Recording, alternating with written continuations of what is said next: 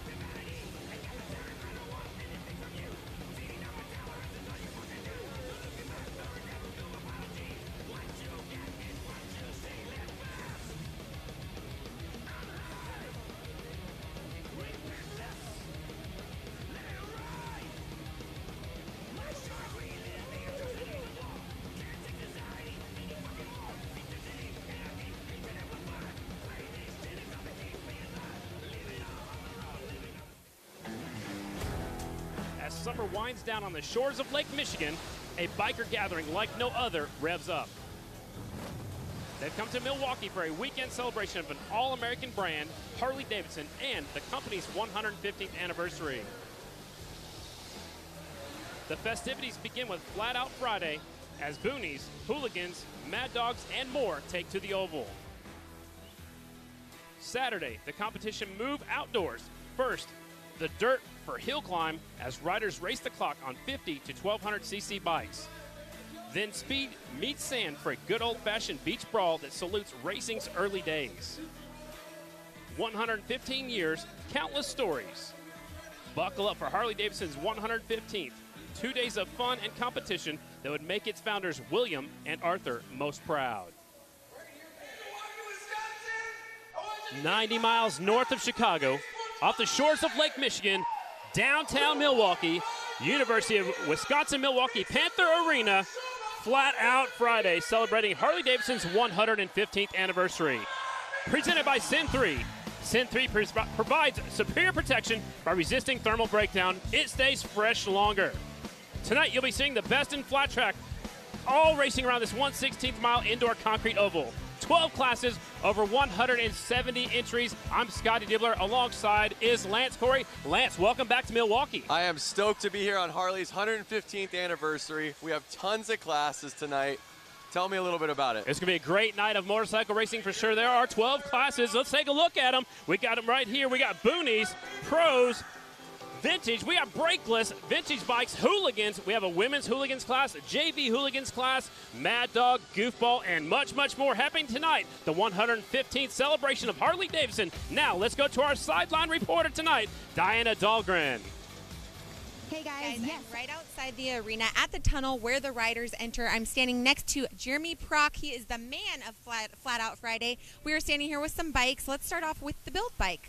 This is the build bike program, the Milwaukee build bike program. This is built by Milwaukee area high school students. There's a 175cc Honda. All the bikes are the same. All the high school students, all bikes have the same budget.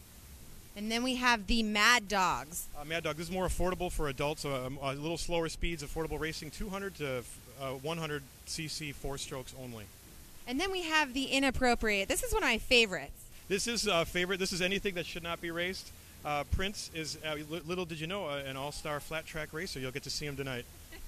And then we have the Hooligan. Yes, the Hooligan. So this bike here represents also 3 other classes, the women's, the JV, and the open Hooligan. This gentleman here is in the JV Hooligan. But the Hooligans are a street legal twin, 750 and up, and real minimal modifications. All right, and then we have the Pros. Pros, this also represents the open amateur, the pro, and the women's class. These are all 450s. Hondas seem to be the most popular brand. These are really wicked fast machines. Parker, by the way, is at the top of the game with being a singles pro. Awesome, and then we have the Brakeless. Yes, these are about 115 years old. This is the way they used to flat track. Brakeless, using the engine for compression for braking, using the engine compression for braking. This is Chuck Dickerson. We have to let Chuck, a.k.a. Evil Knievel, go right now because he's starting off the evening with the Brakeless class. So we're going to go ahead and let him get out of here. Guys, let's get this started. Thanks a lot, Diana. Up first is our Brakeless class. Brakeless class has 4-stroke motorcycles, no brakes, no suspension, 1981 or earlier. These guys are crazy, Lance. This is going to be pretty insane. So the Brakeless class, this is how flat track racing started actually, is here comes this 78-year-old rider coming out. They started with no brakes, Lance. They believed if you had a brake, the riders would stop in front of you. You would actually run over the rider right in front of you. That's pretty funny, but the cool part is you're all in. Once you twist that throttle and you start going, you're committed. You can actually see these riders will drag their feet to slow themselves down when they pull up to that starting line. In motorcycle racing, we start from a dead stop right at the start. The bikes are running. They'll put them in gear and they'll drop the clutch. They'll take a look at our starting lineup. Number 49 is Kendall Lutchman. 26 is Chuck Dickinson. 618 Christopher Zelzinski. We'll see what that is. That's a tough one. Yeah, we'll see what that is. 996 Dan Slobodnik. With 15 is Scott Johnson. The 3X is Scott Jones, and the 311 is Warren Heyer. So I see a lot of Harley-Davidsons out there. Harley-Davidsons and one lone Honda. Actually, don't see Hondas in the Brakeless class very often because back then, Honda wasn't even around yet when they would race flat track at the very beginning. That's very true. No suspension, no brakes, and some people say no brains in this class. I mean, it's a tough one. Look at these really old motorcycles pulling up to the inside. There's the 26 pulling up right there. And that young rider is 78 years old. He's got some really cool Max leathers. They're red, white, and blue like Evil Knievel. He will start second from the inside. I think the key to a good race, Lance, is you got to get a good start and then hold your line. Good start's always the key. You know, I've been watching the lap times during practice in the heats, and I noticed a lot of guys were in the 9-second lap times, but, you know, there are a couple guys a little faster than others. And the light turns green. The 15 grabs the whole shot. That is Scott Johnson. He'll take him down the back straightaway. It's a really tight 1/16th mile oval. 15 is out front. He's got company coming. Here comes the 311.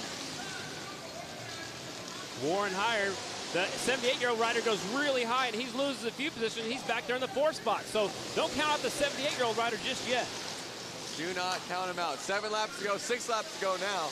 Anything can happen in 6 laps. In the Brakeless class, Lance, good thing is, the leader throws it away. Just like I said, anything can happen. They race until they see a checkered flag or a red flag, so we still will keep racing until now the red flag is coming out. We've collected a few more bikes down here. Wow, that's not how we wanted to start tonight. No, but see, they throw the red flag out like that because guys are trying to get up, and it could get really dangerous. It could get dangerous, especially if the riders are right there on the racing surface. You never know, but the Brakeless class, so it was our leader 15 that went down first. They're all up and okay, it appears like that. Here's a look at the replay, and it looks like the back end just came around on them. We actually walked on the track earlier, Lance, and it was really sticky yesterday. It's not quite as sticky today. It's a little bit slicker, and it looked like he actually got on the cases and lifted the rear wheel off the ground, and that's what put that rear end all the way around, I think. That is very true. That's very true. Yeah, So that's what we see right here. Diana's down there really close to the action. Diana, is the track really sticky right now? Yeah, guys, it is really sticky. We did have some falls during practice earlier, but one thing to note is the guy who crashed into the wall, Evil Knievel suit, he actually was a part of our preview when I was out in the alleyway. He's 70 years old, guys. I mean, he got trapped, and look at him. He's up walking like a champ. 70? He told me he was 78. It's a pretty incredible story. I mean, to be that old out there and laying it down and getting up and still going. I don't think he heard my question, though. I think he was saying how many horsepower that thing had, maybe. I hope. But it looks like It looks like he threw it down sideways, got on the cases. Diana, what else is happening down there? A lot of stuff is happening, but let's talk about the crew from Flat Out Friday converting the Panther Arena into the flat track oval yesterday morning at 8 a.m. After the layout and safety barriers have been constructed, the crew sprays Dr. Pepper, guys. That's right, Dr. Pepper syrup on the arena floor to help with traction, and then runs laps to lay down a layer of rubber to give the racers the grip they need to compete on this otherwise slick concrete surface. Hundreds of people have prepared this track, and it's extra special for the 115th anniversary of Harley-Davidson.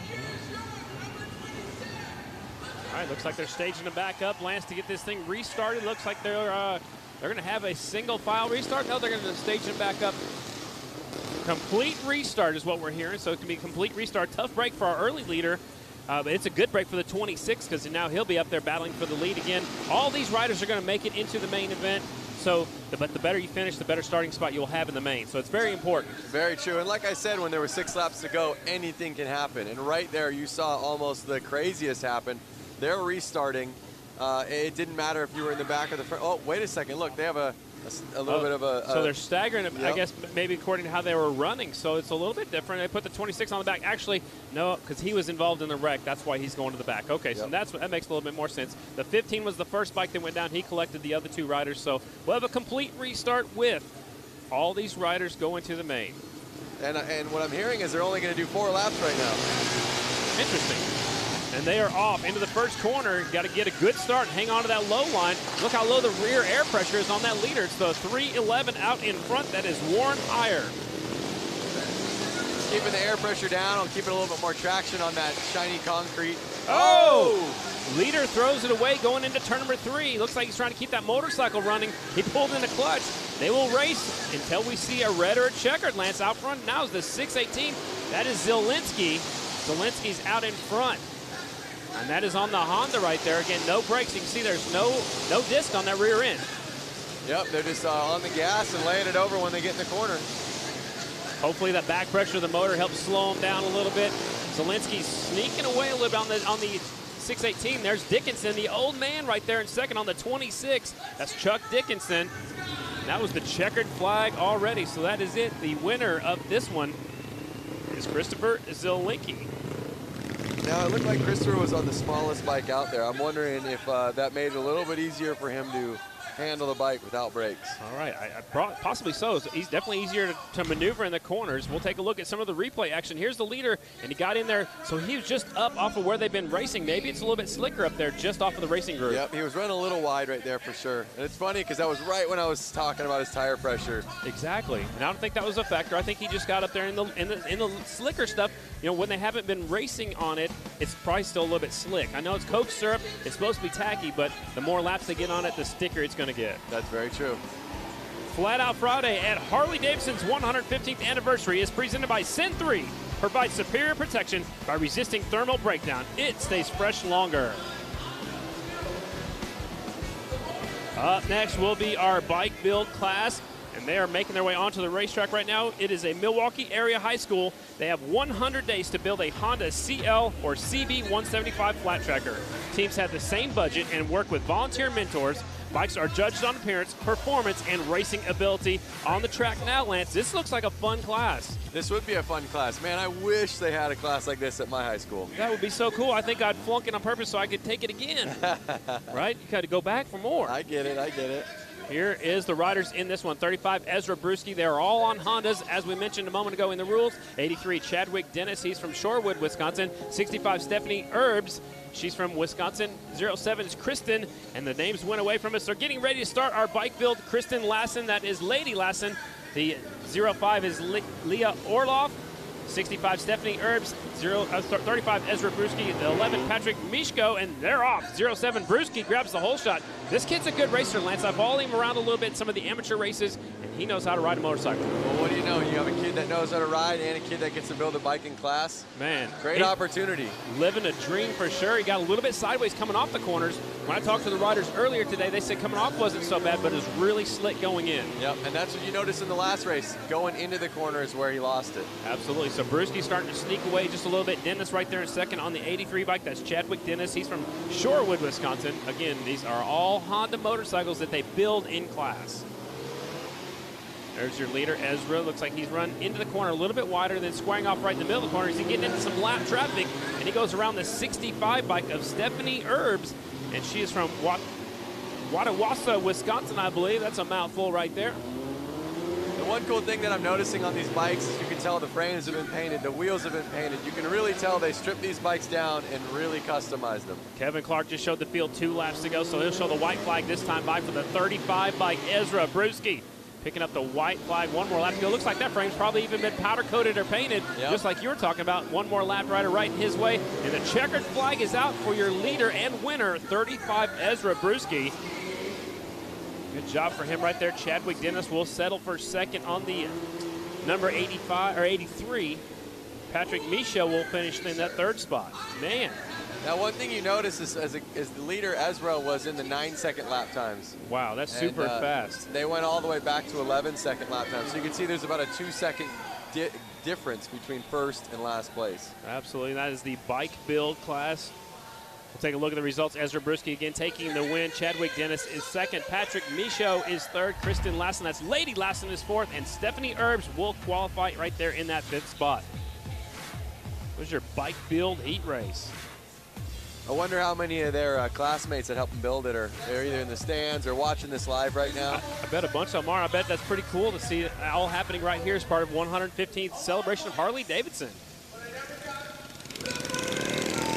This is the fun one. All right, this is your class that you want to sign up for when we were here in February. Yep. It's the Boonie rules. It must be a pull start engine, a rigid frame, and a full AMA riding gear is mandatory. If you look, Lance, coming off that last corner, there's a jump right there, and it says get it on there. Some of the riders are going to take it. Some of them aren't. Little added feature in this class. That's awesome.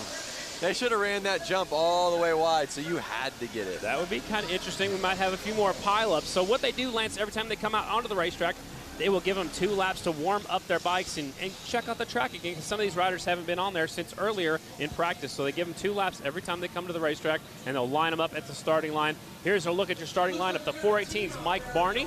73, Travis Fryer. 01 is Brent Hankey. 75, Jacob McCutcheon. 66, Sam McKinley. And the 1777, we'll add some more 7s, Christopher Milowski. I like that. And as you notice, there's way more riders in this class. Heat 1 of 5. 5 qualifying heat races in this one, and they are off. It is the Boonie class. Green flag is out. Boonie class, top 2 from each heat race will make it to the main event. There will also be 2 semifinals. There are 25 total entries today, and the 01 is out front as Brent Hankey. Yep.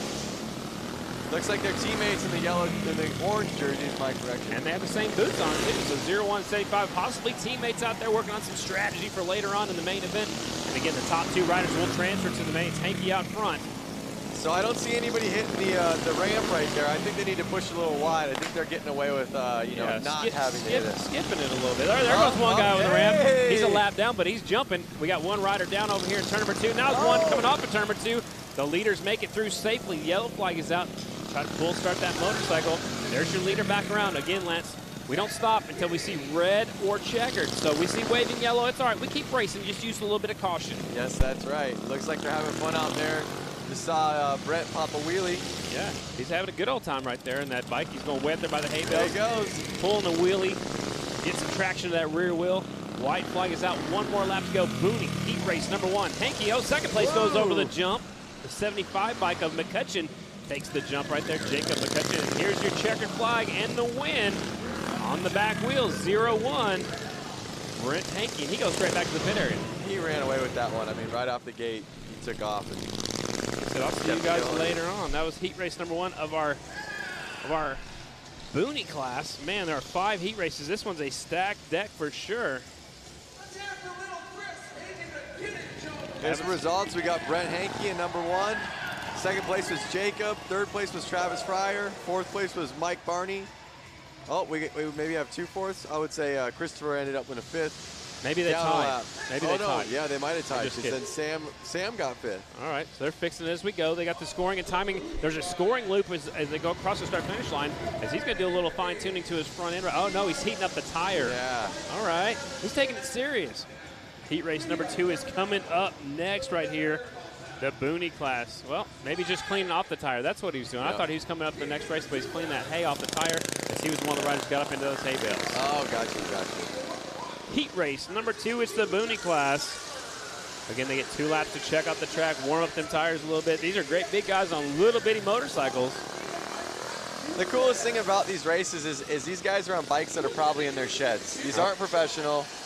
It's just awesome to see, you know, you don't need to be a pro to get out here and race. Here's your starting line at 35, David Kilkenny. 315, Job Lapsinski.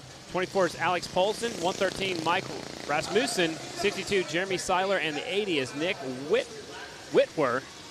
All these riders are from Wisconsin. I like that. Is that Doodlebug? Is that a hometown? Or, I mean, you never know with these boonies. These guys, you know. Maybe that's what he calls his motorcycle. Exactly. Nicknames. I like it. Pulling back around to that starting line. They start from a dead stop. They should start from an engine off start. Yeah, pull start it and go. Man, some of them might be there a little bit longer than others. So there are 5 heat races here in the Boonie class. We'll take the top 2 from each heat directly to the main event. If you don't finish the top 2, you come back in one of 2 semifinals, and we'll take the winner of each semi to the main event. So this is one of our biggest classes, and they're off there using their feet to get going. Oh. One of them went over backwards. They kind of use your feet. I mean, those little tiny engines barely can power a lawnmower. Yeah, I like some of them were stand up. Oh, there goes second place, hitting the jump over there, taking the inside line, taking the lead. I love it. Notice how much bigger his wheels are than his competitor right there. Is that good or bad? I don't know. I'm thinking big wheels are better. More momentum, more track surface. I don't know. So out in front now, it's David Kilkenny. Kilkenny actually rode the X Games last year in the Harley-Davidson Hooligan class, and he's taking the jump again. We'll see him a little bit later on in the Hooligan class on the 35 motorcycle. And he's still on 35 right here. Goes by 2 riders, lapping 2 riders at the same time. David Kilkenny. Oh, man, he just went over backwards. I'm loving that jump. It's putting a smile on my face every time he hits it. Well, you like jumping. You're not scared of jump anything, right? I'm all about it. All right, Kilkenny, he likes taking the jump every time. He wasn't scared. Oh, man down. He picks himself up. I wonder if he kept it running. Nope, he's trying to pull start it. So your leader's pulling away. He's out front by 3.35 seconds. It's so funny when these guys go down, they're already so low to the ground. They just pop right back up. Instantly. Kilkenny's lapping them riders, picking them up, putting them back down. Now he's 4.3 seconds ahead. White flag is out for Kilkenny on the 35 bike. David Kilkenny from Waukesha, Wisconsin. The bike's listed as a Yuck, Y-U-K. Checkered flag is out. Because he probably looks and goes, yuck. Maybe, because it's yellow. Yeah, kind of ugly. Yellow, green. Yeah, kind of ugly green. Yuck. Could be a Yukon. I don't know. It should be short for something. That's awesome. All right, so Kilkenny taking the win in heat race number 2 of our Boonie class. Alex Paulson will settle for second place. That will be our last transfer. Alex on the number 24 bike from Shorewood, Wisconsin. He's on a custom motorcycle, and he makes it in. Everybody else was at least a lap down. Take a look at the restart right here from back in turn number 4. There goes the rider going over backwards. Man, he left the throttle still on. That thing's got too much horsepower. That's right. Having trouble hooking it up. Up next, heat race number 3 is coming up. Boonie Bikes heat race number 3. Scotty, do you mind if I run down there and take a couple laps? Maybe Do it. race one of these? You got a helmet? I could find one. Can you handle both bikes? As long as you give me what number you're going to be riding so I can make fun of you. All right, Diana, you enjoying the boonies down there? Oh, of course I'm enjoying the boonies, but the biggest thing was that I feel like I could take both you on and beat you badly. Whoa. Challenge accepted. Challenge is definitely accepted. All right, let's do that next time we come up here in February. February it is. Bring it on. Sounds good. We didn't get signed up. We didn't get any practice. We don't have any bikes. We'll have to wait on that. Heat race number 3 is coming up next. You going to pick a winner of this one? Well, you know, it's hard to say, but I see a bike that looks very similar to Kilkenny's. Are they friends? Is that Kilkenny's bike? Do they ride together? I don't know. I don't know. Could be. So heat race number 3, the 777 is David Mascari. The 99's Anthony Bollinger. 73, Chad Brundage. 101, J.J. Flaherty. 142, Daniel Holbus. Also out there is the, looks like the 4-bike of Ike Ozurumba. And keep your eyes on the 101, J.J. Flaherty. He usually rides number 45. He's got 45 on his back. He actually won the X Games last year in the Hooligan class. Look, he's doing a stand-up. He looks like he's doing a BMX start right there. 1 foot on the bike. Oh, look at it. It worked, too. Hopefully somebody's taking some notes right there. 142 slides into second, Daniel Holbus. But it is JJ out front. I follow him on social media, JJ Rides, man. He's a pretty cool dude. Looks like his bike's bouncing a lot. He's kind of slipping out a little bit. Looking back at his competitors, like, how much? Come on. Yep. Come on, let's race. Let's take a look over show. It looks like just having some fun out there, and that's what Flat Out Fridays are all about. It's all about the fun. Leader's trying to sneak away, so there's no suspension. So the bouncing's got to be the bouncing on the air pressure in the tires, right? Totally, yeah. Right well, on. like we said, they lower the tire pressure, but that's obviously going to cause a bounce if, you know, if their traction's not on par. Right on. Out front, J.J. Flaherty, 101 on his number plate. Uh-oh. Hear the crowd go crazy. One rider lost it going across the start-finish line. That was our second-place rider. Now the leader's way out in front. Flaherty takes the jump. Dude, 2 riders down over here in 1 and 2. You think they did that on purpose? One guy ran into the other guy? Yeah, maybe. You never know. Everybody wants to transfer directly out of the heat race. There's Flaherty right there, your leader, wearing those all-white leathers. Remember back in the day, growing up and going to the races. Look at Flaherty's going way up to the high line. He wants to get jumping. Arrow, he's going to hit the speed. jump. Whoa! Oh, 1-footer. Throwing tricks. But they used to wear all-white leathers a lot in the old days because it was so hard to see. It was usually dusty out there, so I like the old-school all-white leathers. Sliding in there, stand-up, sliding in the corner. Here comes J.J. Flaherty to pick up the win in heat race number 3.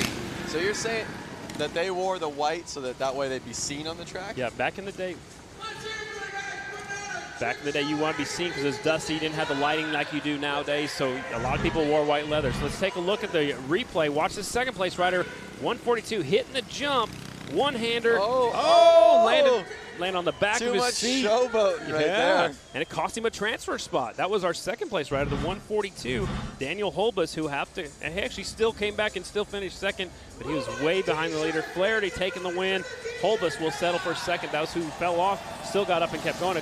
Probably because a couple other riders fell off too, Lance. Yeah, there was that crash again in the second the lap turn after 2. that, I believe. Exactly. So it worked out good for him. Here comes the next heat's already coming to the racetrack right now. Again, Boonies, there are 5 qualifying heat races with a top 2 to the main event. Again, they're getting a couple laps to check out the racetrack. Looks like there's only 4 of them going to make the start. I've got 6 of them on my list up here in the booth. Heat race number 4 coming this way. The bikes that are entered in this one, mostly from Wisconsin, but there's one rider from California. They're on mostly custom motorcycles. 56, that's Zach. Your guess is as good as mine. Lukey? Yeah, I'm going to leave that to the screen. 66, Sean Gordado. We'll see him a little bit later on. 7 is Indian Lendowski. 99, Adam Munzinger. 33.5 is Eric Munzinger. He's got a half number because it's maybe a half of a motorcycle. I don't know. 57, Ryan Sirocco. And he's on a doodle bug also. That must be a motorcycle. Gotcha. All right. Some sort of mini bike. Absolutely. So, again, one rider from California. The rest are all from Wisconsin in this Boonie heat race number 4. Top 2 to the main event. Looks like only 4 of them going to make the start. And they're off. Whoa! Man, that must be really tacky right there because that's where that other rider went over backwards in the last race. Into turn number 3. 57 is out front. Ryan Sirocco from Stevens Point, Wisconsin. That is the Doodlebug motorcycle. There goes the 99 around the outside, battling for the lead. A long way around, and taking the lead is the 99 at Munzinger. Nobody's hitting the jump on this race. Well, they saw what happened the last one, probably. True, very true. Well, that guy was showing off, though, but... All right, battle for the lead. Heating up as they go into turn number 3. The leader goes a little bit wide. Here comes second over the jump. There we go, All right. He must have heard you talking. I love it. Maybe he's got a speaker in his helmet. Here they come down the back straightaway. Still out front. Out front is Munzinger. Sirocco's in second on the 57 bike. Taking the high line. Look, he's got an all blue bright shoe over here. A lot of the riders will actually tape real carpet to the bottom of their shoes. Yeah, 57, he's pulling off the racetrack. That was who was up there battling for the lead a moment ago. Looks like it's going to be an easy transfer, the 2 that are out there right now. Sirocco, tough break for him. He's off the racetrack now, so 99 still cutting around out there, and one of them just got back on the racetrack. So Munzinger's out front on the 99 bike. All by himself. He's got at least a half a lap lead. There's the white flag out for your leader, Munzinger. Munzinger from right here in Milwaukee, and this bike's listed as Yamaha. Do they have Yamaha? Is that little? I don't think that was a full start. He must be racing another class that has Yamaha. So he waved to the flagman right there. That's Kevin Clark. Yeah. He waved to him as he went by. One more lap to go. This kind of looked like a victory lap. Munzinger out there on the 99. He should be jumping the jump for us. Maybe that was a checkered flag. That was a checkered flag. So I thought it was the white. Hard to tell up here where we're at. Way up at the top of the arena. So 99 takes it back to the pit area, and he is your winner. Munzinger takes the win. Indian Linzowski is your second place rider. And those will be your transfers. We'll take a look at our second place riders wipeout. There's the 57 bike right here. Going for it. Oh, it looked like he just lost his left leg in the back and just came around on him. So that was a tough break for him. And he took it to the infield. I don't know, maybe he lost power on that thing, but that's definitely going to cost him a little bit. We're on Boonie, heat race number 5, and they're coming to the racetrack right now. We should be right around Boonie, heat race number 5. That's where we're at. Oh, yeah, we added this one. There were so many. We had an added heat race. 257 is Tony Betts. 12 is Leonard Schwadrick. We'll go with that. 323 is John Mailander. 13 is Ben McGinley. 76, Oliver Peck. And the 30 is Jason Warnke. Most of these riders are from Wisconsin. A couple of them didn't want to give their hometown. Maybe they're not supposed to be out here racing. I don't know. Top secret stuff. Here they come pulling up to the line. 5th and final heat race of the Boonies. Pro motorcycles are coming up next, ladies and gentlemen. Light turns green, 257 with the hole shot. He's got company on the inside. Look at that white motorcycle. 76 taking the lead. It's got a big old gas tank. I like it. Looks comfy too, like a nice big padded seat. He's leaving his foot down out there. It's Peck out front, but he slips wide. New rider taking over the lead over the jump. 257. The jump cost him a little bit of time right there. Battle for the lead.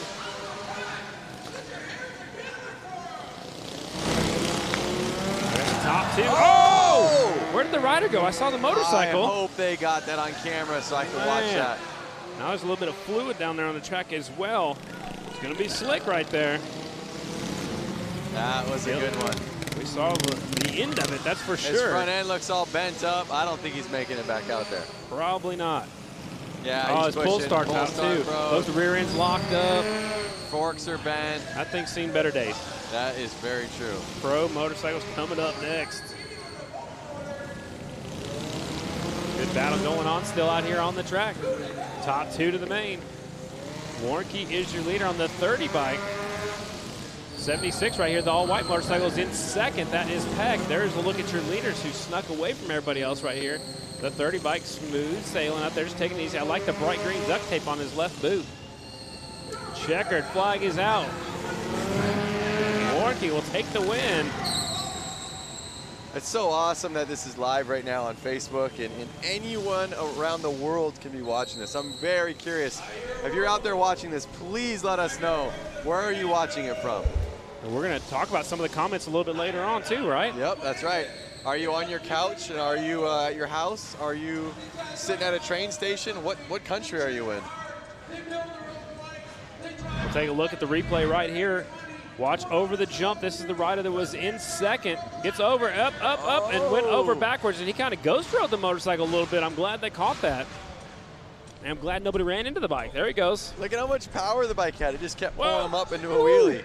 Almost took that guy's left boot off of him. Kept it going somehow.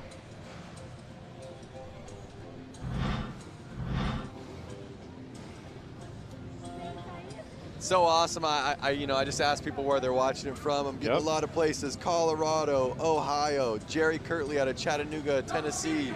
I've had the chance of riding a Harley in Chattanooga. It was awesome. David's out of Texas at his kitchen table. Coming up next is our pro heat race action. We don't have a lot of pros signed up because Flat Out Friday is mostly about the amateurs. The Pro class rules, 19-inch AMA dirt track tires, no slicks are allowed. You also have to be licensed from a national governing body. That could be American Flat Track, could be the Ice Racing Flat Track Series, any governing body. If you have a pro license with them, you can race pro with us. So that your starting lineup looks like this. 48, Cole Feely on a Honda from Stanfield, Minnesota. 25, Shake Knuth on a Suzuki. 57, Parker Lang. 222, Jeremy Orr. 28, Svensson. And they're getting set to go. Pro heat race. Into turn number 1 they go. You got to get a good start. So 57 out front. Parker Lang, he's from Wisconsin rider. He runs on the Grand National Circuit that I announce on a weekly basis. Lang out in front. There's Jeremy Orr, the 222, sneaking a peek on the inside. Check out these bikes. They have so much power with such a short track. You know, by the time they get on it, they're already laying it back down to the next corner. You barely have time to pick that left foot up and then get on the foot peg, and then you're putting it right back down. Yep. Parker Lang out in front. He's holding off a hard charge, and Jeremy Orr sticks it in deep and takes the lead. These guys need to jump out there right now. Yeah, that'd be awesome. I don't know if anybody take it unless they put it all the way across. Yep. Jeremy Orr out in front, the 222. Showing the way. 57 of Parker Lang right now in second.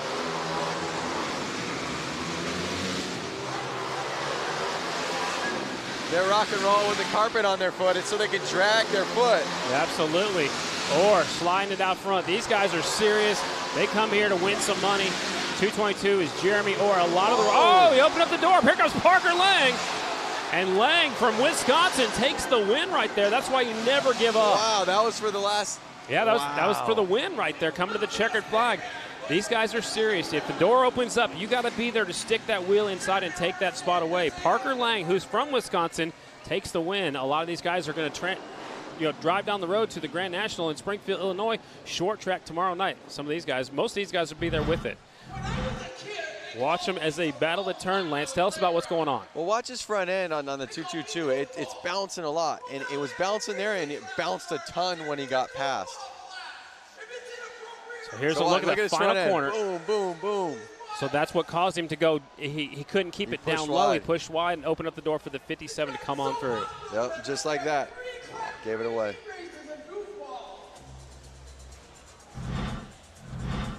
Parker Lang, you know, took it home for the win. Flat Out Friday at Harley-Davidson's 115th anniversary is presented by Sin 3. Provides superior protection by resisting thermal breakdown. It stays fresh longer.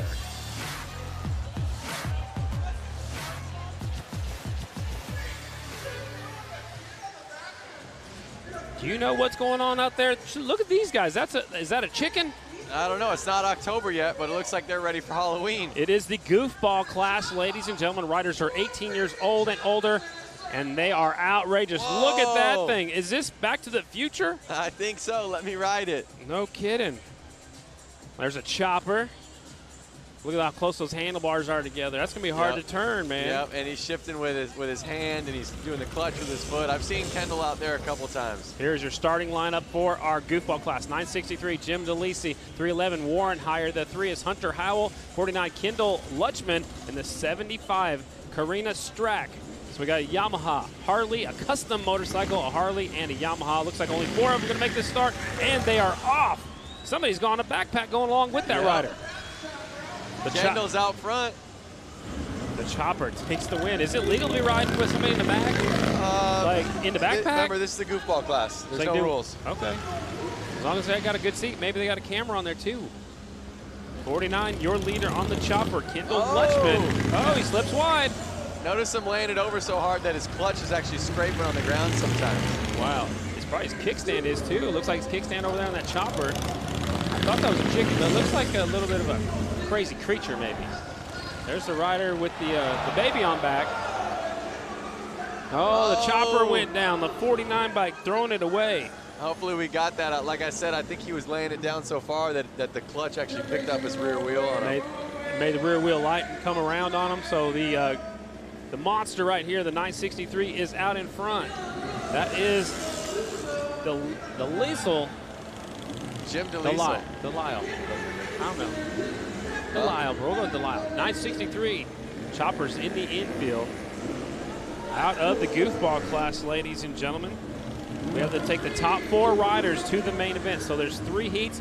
4 riders will go directly to the main event. Kevin Clark will show them the white flag. 1 more lap to go.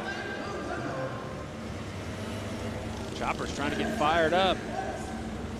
The Liesel out in front, 963, and there will be the checkered flag. There's your winner. How does he even see through that helmet? I don't know. Oh, look at this. Look at that. Oh! Man, it's the first time we got to look at the 3 bike. Yeah. Hunter Howell. I think he's got some lean to it a little bit. He's sitting in a little bit side saddle. Is that the Abominable Snowman? I don't know what it is. Whatever it is, that's your heat race winner. That thing's name is Jim. Jim DeLiesel taking the win. Hunter Howell will be second. Karina Strack is third. And Kendall Lunchman will be fourth. And we'll take 4 up to the main event. So what you see is what you're going to get out of heat race number 1. Taking a look at the replay right here. This is the battle for the lead. The 49 sneaking up the inside. See the sparks? Dragging the cases. Yep. You called it, Lance. He was dragging the cases, possibly even his shifter lever. Yep, I saw that right in first corner. You just saw his clutch scraping, and if he picked up any more momentum, there was no way of holding on. All right, heat race number 2 of our goofball class. We have number 15, Scott Johnson. The 73 is Travis Fryer. 12 bike, Adam Zeller. The 707, Marco Lazervik. And the 12, Adam Zeller. So we got a custom bike, the Yamaha, 2 Harleys, and another Yamaha out there. We'll take the top 4 to the main. This guy's got some spikes sticking out of his shoulder pads out here. That guy's got a horn sticking on the front of the 73 bike. Is that a unicorn? I'm not sure, but there's a police officer going to the donut shop. All right. He'll be the first one there. He'll pull up to the inside. That looks like a full-on street legal bike that police officer's on. I don't know. He's not going to be able to lay it down very far either. Light turns green and they're off. Was that a banana? And what do you say? The police officer's in the lead already. All right, out in front, the police officer's going to lead him off turn 4. 707 on the number plate. Marco Lazervik. Lazervik is out front. He can barely lay that thing down, Lance. And look, it's throwing sparks right now. You think that the other riders are just scared to pass him because they don't want to pass a cop? They probably don't want to get a ticket. We're all kind of used to that. Right. If they pass them, then they're going to get a ticket for speed. Yeah, so this is, you know. Follow the leader. Exactly. Zeller's right there on the banana. The 12 bike is Zeller. That's Adam Zeller from right here in Milwaukee. That's a Yamaha in second. He goes wide. The banana goes wide just to keep from running over the leader. Oh, one rider's down. Looks like a Mad Max is down. Losing parts. Yard sale. Absolutely. Yard sale in the back straightaway. There's your leader back around. Uh-oh, lights are on. Oh, he's in hot pursuit of somebody. He's unhappy. He must have got a call from the police station. That's a Harley-Davidson. Zervik out in front. I wonder how many officers right now are watching this on the live feed. Getting a little chuckle at it, almost wishing they were out there. Oh, second place, got into the backside of the leader and went down. Look at him. He said, not so fast. You messed with the law. The law won right there. Yep. Oh, he's got his sirens on now. His lights and his sirens. Lazervik out in front, 707 on the number plate. There he is, across the finish line and will take the win. He's got his police sunglasses on, his red, white, and blue gloves. Second place is Johnson on the 15 bike. The banana still got up and got going. He crosses the finish line right there. Zeller. Somebody's doing a burnout on the back straightaway. That's Mad Max. 73, Travis Fryer. That's a Yamaha. That's a unicorn. I like that. It's a unicorn Yamaha, and he will make the transfer spot. He'll get fourth. We'll take a look at the replay right here. So the cop is coming in on our left side, going to 3. Here comes the banana, getting in a little too hot. And the cop just shut the door on the leader. Here's another look at it. He gets right there into the saddlebags. Wow. Man, he's trying to take the cop out, I think. A for effort, but look at that cop. Way too confident. He said, not so fast. Yep. Look at the banana in his gun holster. Oh, boy. They must be friends. Up next, heat race number 3 of the same class. It's the Goofballs. Top 4 to the main event. 777 Alejandro Garrido from Palm Bay, Florida, all the way from Florida to race in this Goofball class. The 72 is Ronnie Zastro. 17, August Zaraski. 13 is Leonard Serdwick, and the 322 is Brian Martins. This is our Goofball heat race number 3. 3 heat races of this class. They will all, top 4 will go to the main event. Look at this guy. Look at that guy. He's got a bodybuilder suit on. He's got his afro out there. Looks like he's in a rock band.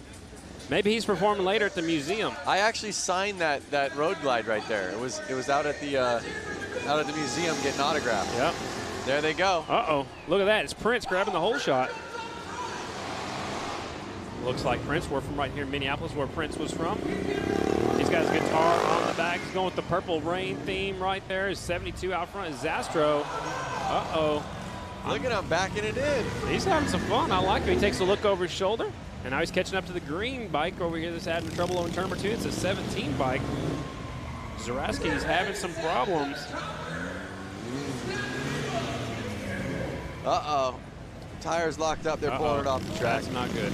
You know what? He's still going to make a transfer because he's still credited right now for being in 4th. 72. I like that bike. It's pretty smooth on the throttle, you know? Yeah. Not lighting up the rear tire. He's caught up to the back of that motorcycle you signed yesterday. Yeah, I mean, that was at the museum yesterday, and he was letting anyone that wanted to come up and sign his Harley. That's so cool. He said it's just for memories. Leader went a little bit wide. 2 laps to go for your leader. There's the muscle guy. Yep. With his wig on. Maybe he's a rock star. I'm not sure. Oh, he's got a wrestling mask on. Uh-oh. He's serious.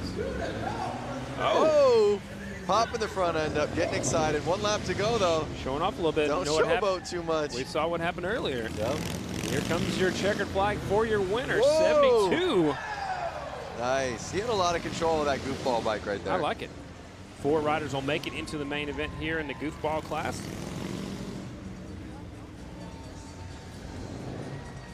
Ronnie's looking real confident. I'm sure when it gets to the main event, he's going to be one of the guys to keep an eye on. That's for sure. He's going to be fast for sure. With the Prince theme right here in Minneapolis, or from Minneapolis, Minnesota, not too far away as we're here in Milwaukee. Here's a look at the replay, actually. Watching him off the start, this coming to the finish line, doing a little wheelie. Yeah, throwing some style into it. You think the guitar helps him do that? Puts a little bit of weight on the rear wheel. Yeah. I like it. He wanted to get close to Kevin Clark, you know? Exactly. All right. Well, lots of fun here at Flat Out Friday, celebrating Harley-Davidson's 115th anniversary. All right, let's go down trackside with Diana. Hey guys, give a big round of applause. TJ Dillashaw and still bantamweight champion. Congratulations. We're live on Facebook, millions of viewers right now. How is it being here in Milwaukee for the 115th anniversary of Harley-Davidson? It's amazing. I'm a big Harley fan. You know, I got a Harley myself. Anytime I get a chance to escape training, need a break, I jump on the Harley and have some fun and forget about everything. It is the perfect escape. How was the brand new FXDR that you got to try out today? Man, so much fun. Me and Cowboy got to race around town, show it off a little bit. Everyone's asking questions about it, so it's fun to have the new bike out on the streets, you know? We saw you laughing earlier at the Goofball class. What did you think so far of tonight's Flat Out Friday races? It was action-packed. People eating shit, having fun. The Goofball, the Boonies. I want to do the Boonie races. The Boonie races look amazing.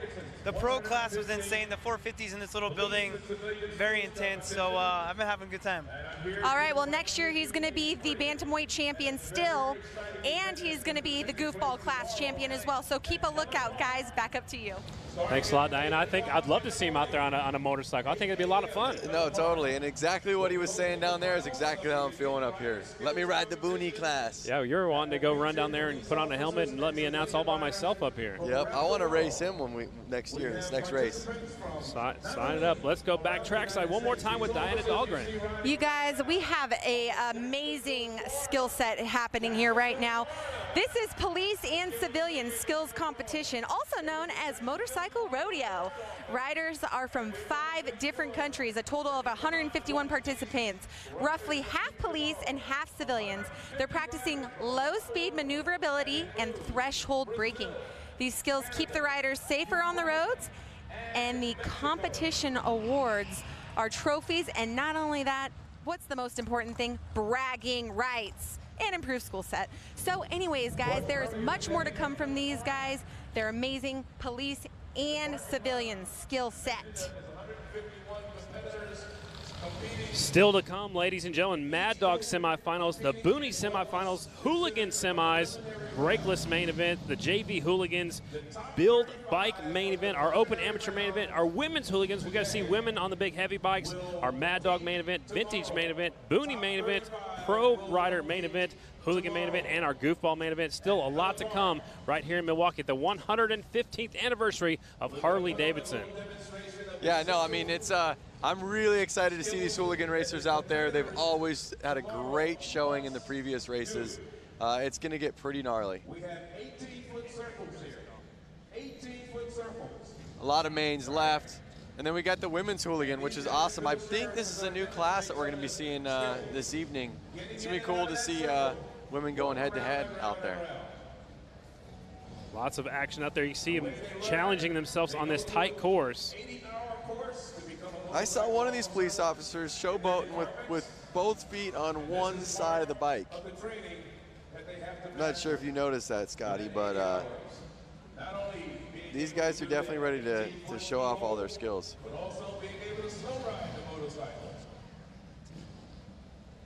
Let's hear from Diana and hear exactly what else is coming up this weekend besides the event here tonight. Harley-Davidson 115th anniversary is here, and we're getting it started tonight with the Flat Out Friday races. Tomorrow at noon Eastern, we will be 30 miles north in Slinger, Wisconsin for the Harley-Davidson Hill Climb. 5 classes of bikes compete at Little Switzerland Ski Resort, where they have created not one, but 2 hill courses to climb. The front side with multiple jumps and a mogul field to maneuver. Then the riders move to the back side of the hill for the 35-degree angled second run to really challenge their climbing skills. Again, that starts at noon Eastern here on Facebook Live. But we're not done there. What would Labor Day weekend be without a trip to the beach? I'm talking about Bradford Beach. Harley-Davidson has spent the last week turning this popular Milwaukee beach into a racetrack for the finale of our weekend celebration. 6 classes, including the Trog 45, Brakeless, Vintage Sportster, and Hooligan, will compete on this quarter-mile oval track on the shores of Lake Michigan. The Bradford Beach Brawl starts at 6 p.m. Eastern here on Facebook.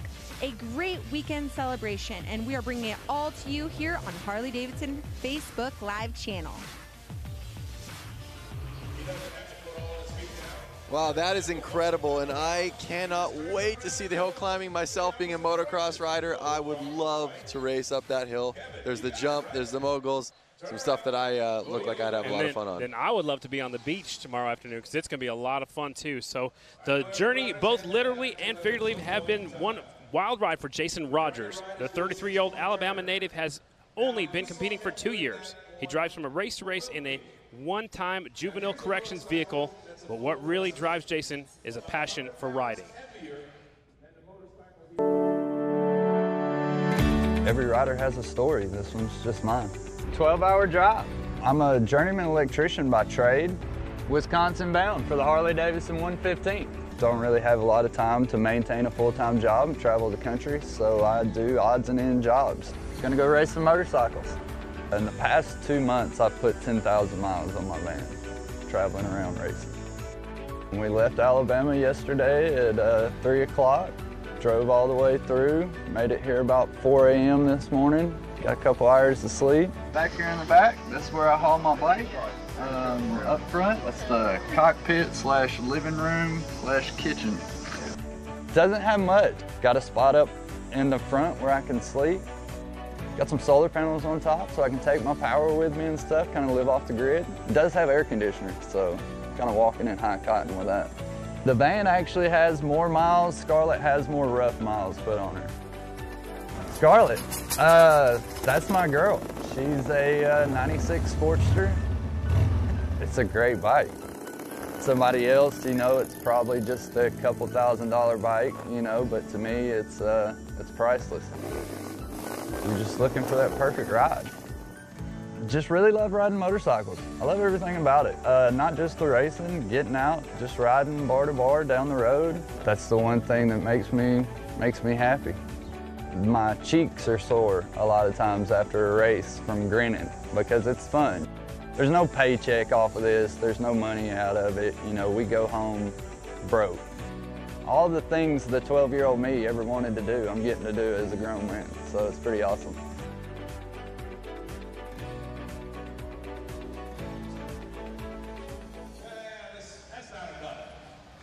To none other than Wheelie Wizard. You know, we got to have fun earlier. Let's tell the crowd a little bit of what happened. We got to do, I mean, you got to do wheelies. I got to be your passenger.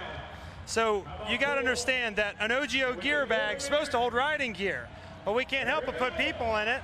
Diana, you're the next up. You got to do it again. We hope that the camera actually sees this makeshift rope here with a military clip of some sort into an OGO bag here. And guys, actually, I'm going to take a ride. So here we go. Diana's getting that OGO bag, Lance. You want to try this one?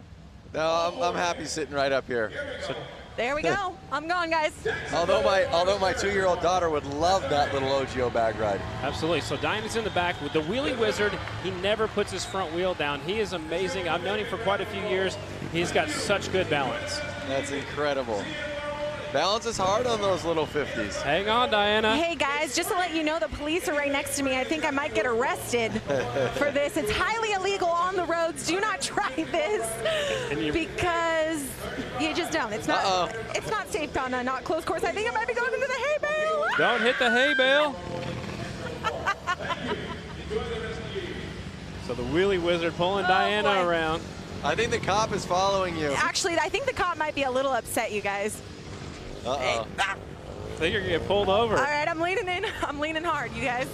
Yeah, you got to be committed. We got some style. Oh! She left some rubber marks on the track. We left some rubber. Awesome. There we go. Oh, look at the officer doing a burnout. Yeah. That is awesome. If you are watching live on Facebook, you better give a lot of likes if you can, a lot of comments about that one because I was a little scared. Wheelie Wizard, guys. Take it away. Thanks a lot. Wheelie Wizard is awesome, dragging Diana around the floor out here at Panther Arena. Here's a look at the replay. She's a little bit sideways. She's dragging her credential and everything, Lance. Look at that. No, it's so awesome. So awesome. So what's going on Facebook? Check us out. Tell us what's happening. Well, right now, it's cool just to kind of see what everyone's saying. Let me take a browse. You know, I'm getting a lot of good people kind of shouting out their friends. Joe Swinley saying, good luck, number 42, Rich Heverly, in the Hooligans race. So that's a race I think everybody's excited to see, the Hooligans, and they are coming up. We're going to have some heated races with those guys. I want these people to tell us where they're watching from. You said on the couch, you know, in their bedroom, in their garage. What country are they watching from? We're going worldwide with this, Lance. No, there are people watching from all over the world. I got David Sprague from Huntington, Indiana.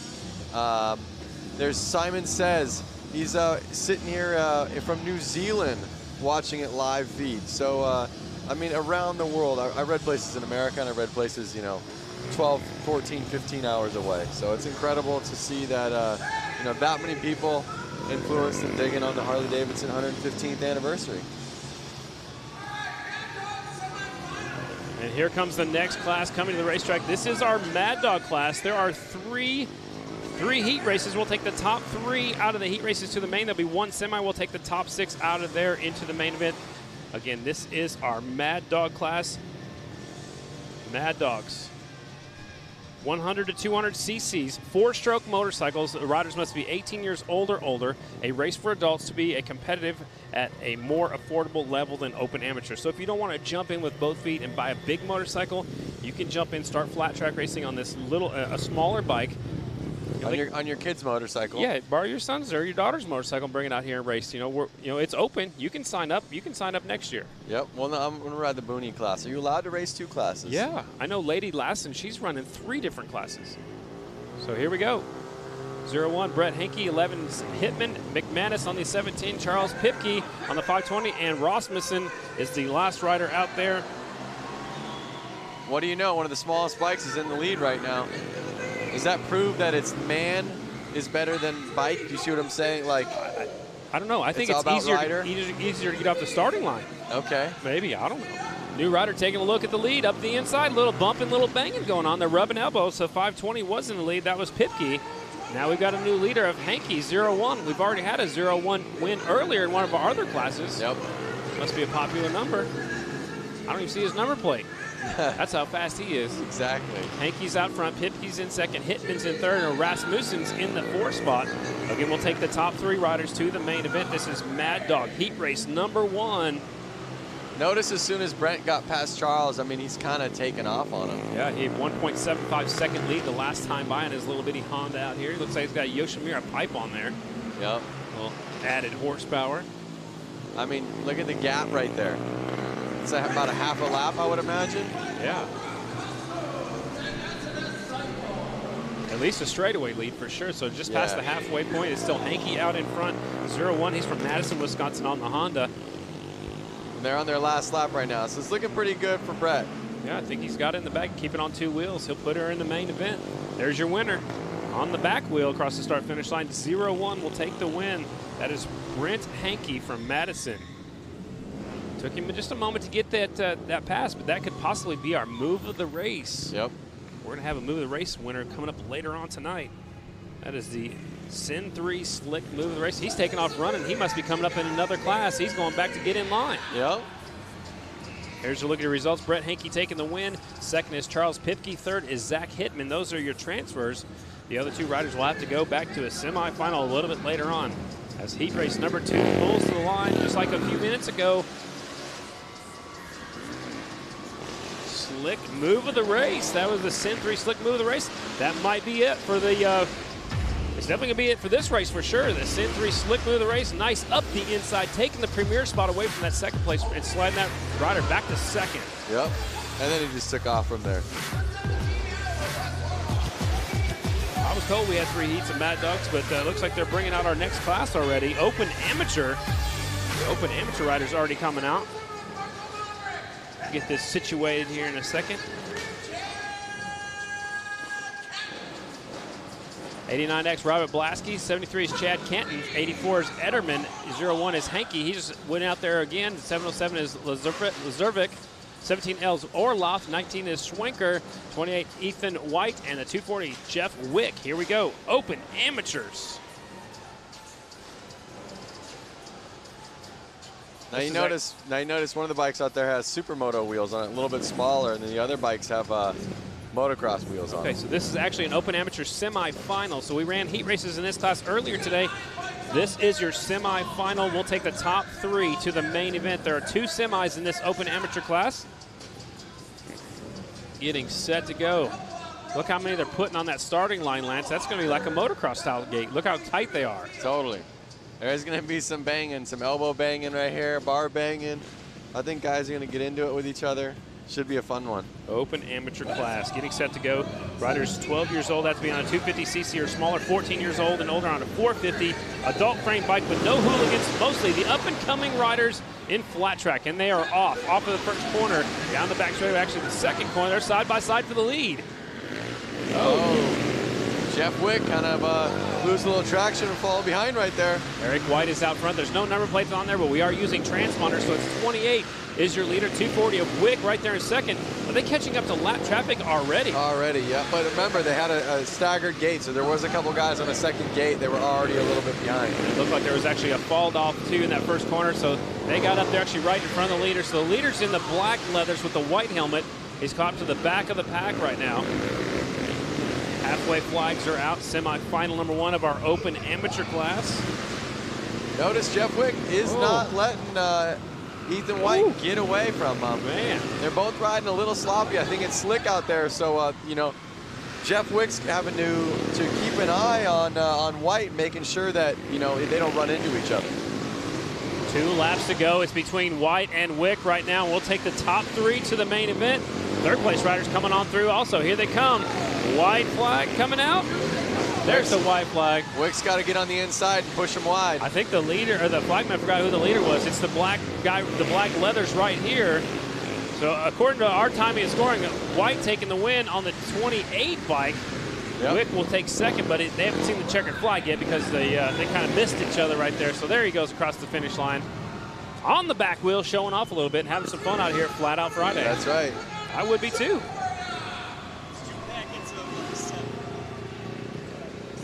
Ethan White taking the win. Jeff Wick is second, and Blasky is third right there. And that is your 3 transfers. Oh, almost went over backwards. Up next, semifinal number 2 for our open amateur class. Let's look and see how sloppy this race was right here. Woo! Second place rider got a little bit sideways right there. There's good form right there, sliding in the first corner, barely putting your foot down, but look how loose it is and how slick it is. I mean, that was making it real tough for Wick to try to, you know, really pinpoint how he wanted to pass him. I mean, they were just all over. And he puts it on the back wheel. Yep. That's what, you know, racers do that. They do that. Got to show off a little bit here at the Harley-Davidson Flat Out Friday, celebrating 115 years of motorcycles. Harley-Davidson started back in 1903.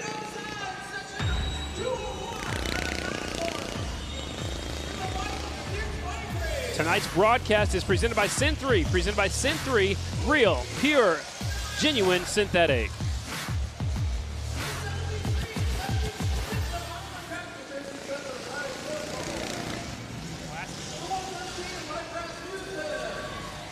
Looks like the Boonie class, semi 1 of 2. 99 is Bollinger, 73 is Brundridge, 315 Lapsinski, 33 and a third is Munzinger, 76 is Oliver Peck, 113 Rasmussen, 62 Jeremy Sealer, 57 Ryan Sirocco, and the 80 is Nick Whitwer. So there was already 5 heat races of this class. It's already been brought down to 2 semis. After the 2 semis, we're going to go and do the main event. All right. I'm glad you're here keeping me in line. Yeah. The 99 is here all the way from Brooklyn. There's the 33 and a third. Maybe a third of a motorcycle. What do you think? I'm not sure. He's ready to go. Look at him. Uh-oh, someone's got to buckle his helmet. Oh, you got to do that. Track safety's like, hey, put your helmet on all the way. Put your helmet back on. Tighten it up. Tighten the strap. I mean, I guess that's the thing is that a lot of guys, you know, in the Boonie class, they kind of forget to be completely prepared because it is such a fun class. Boonie semifinal. Okay, the Boonie semifinal. There are 2 semifinals. We'll take the winner from each semi to the main. It's getting tough now. You got to win your race. And the light turns green, 113 with the whole shot. Into the first corner, 33 and a third, and getting stuck in traffic. Remember the one with the big white gas tank right there in third? Lance, look at the inside move, taking over second. Totally. I love it. Looks like all the guys kind of skipped the jump this time. I think they like it, but it's not the fastest route. Rasmussen out in front. Peck right there in second on the 76 bike, and Peck's going to look up the inside. I like his Evil Knievel helmet. It's so funny to see these guys twisting the throttle all the way. Yeah. Turning their wrist all the way underneath the handlebar. Yep. Second place rider goes wide. Peck is out in front, pulling away. It's a 76 bike. Yeah. So one thing we can notice about these bikes is they don't have gears or a clutch. They're like centrifugal clutches. They just pull the throttle and it goes. So they can't shift either. So their power band is very long. That's why they're just leaving it wide open as long as they can. Oh, he's got a hand brake right there with his left hand. You see that? He doesn't have a foot brake. He's got a hand brake. Yep. And some zip ties hanging off his bike. Hey, whatever makes it work. Peck is out There's front. A jump. I love it. 76 out in front. Oliver Peck should be picking up the white flag this time by. Here he comes off of 4. White flag's flying. 1 lap to go for your leader. 76 of Peck. Getting some lap traffic. He's going to try to set him up. Oh! Man. Cheap thrills. Cheap thrills. Checkered flag came out. I almost lost our leader right there. And our transfer is going to be the 76 of Peck. That's Oliver Peck on a custom motorcycle. I like that. Yep. Custom Evil Knievel white. You need one of those. I can hear him locking the brakes up going off the racetrack. Yep. Reaching down, turn the motorcycle off. They have to walk them through the hallways here. That's part of the rule book. So here's a look at the last lap, last corner on the replay right here. Get into the, whoa, man. That almost was. That could have been a high side. Yeah, it was and almost you don't want to night-night. do that. Yep. Get in the back of somebody else. You usually go up and over the handlebars and put you on the ground real fast and in a hurry. So semifinal number 2 of our Boonie class coming up next. They're already out there on the racetrack checking it out. Semifinal number 2. Got a bunch of riders in this one, Lance, and only the winner goes to the main event. That's crazy. Man, that means all these other people are going to be fans up in the stands just like you and I are. Here's a look at the lineup. 418 is Barney. 257 is Tony Betts. The 13 is Leonard Wildrook. 73 is Fryer. 323 is Mailander. 777 Mascari. 66 is McGinley. 1777 Milanowski. And the 4 of Orzumbra. Man, he's got some hard names, these riders up here from Wisconsin. Yep, they're all from Wisconsin, and we'll see how they do. They're getting lined up right now. So it'd be safe to say a Wisconsin rider is going to make the main out of this one? That you have, I think, a good chance of that being correct. Okay, perfect. Yeah. Forever Two Wheels Company, I like that. On his jersey right there, he's got the Harley-Davidson #1 on the side of his helmet. Yep. Staging him up. He looked at 777's ready to go. He's not even looking back. He's ready to go straight to the main event. He's focused. Over their front end, was his bike that powerful, you think? I don't know. That guy's got a Pat Blue Ribbon shirt on. Here we go. Getting set to go. Boonie, semifinal #2. We will take the winner only to the main. The official down there making sure their front wheels aren't across the line.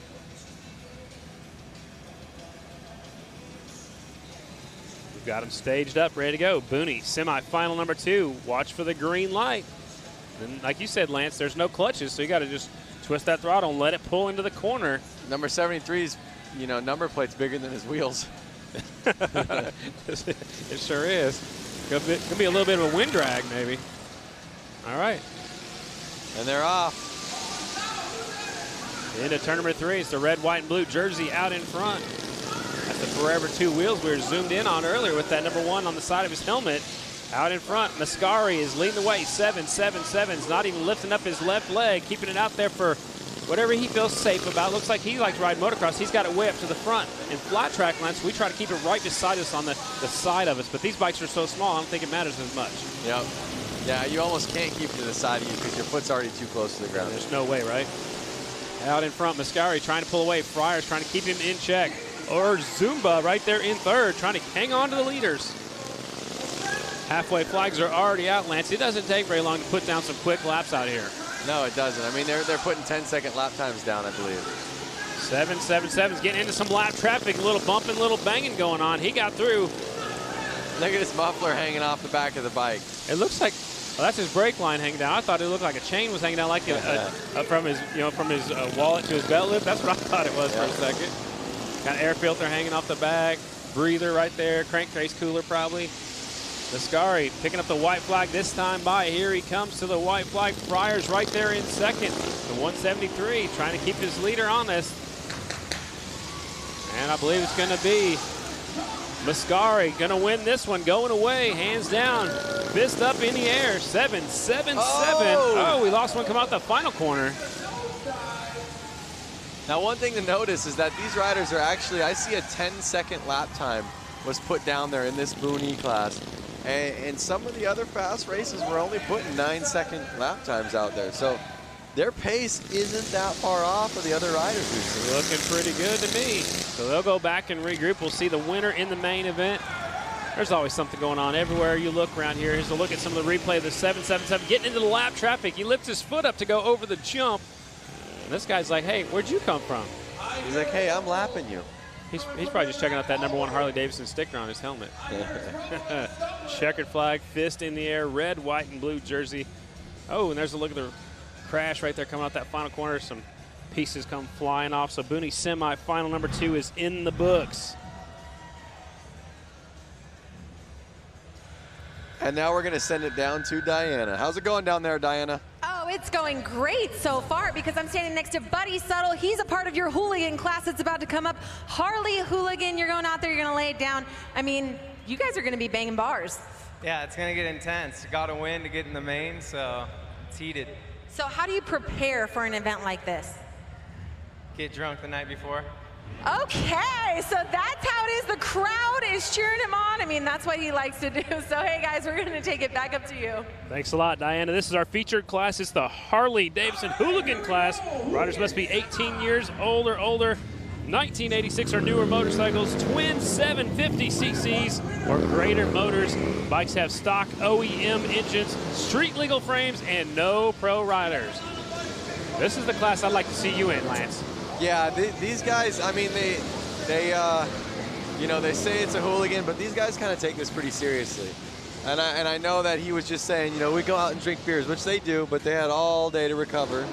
And, you know, these are heavy bikes. These are no joke.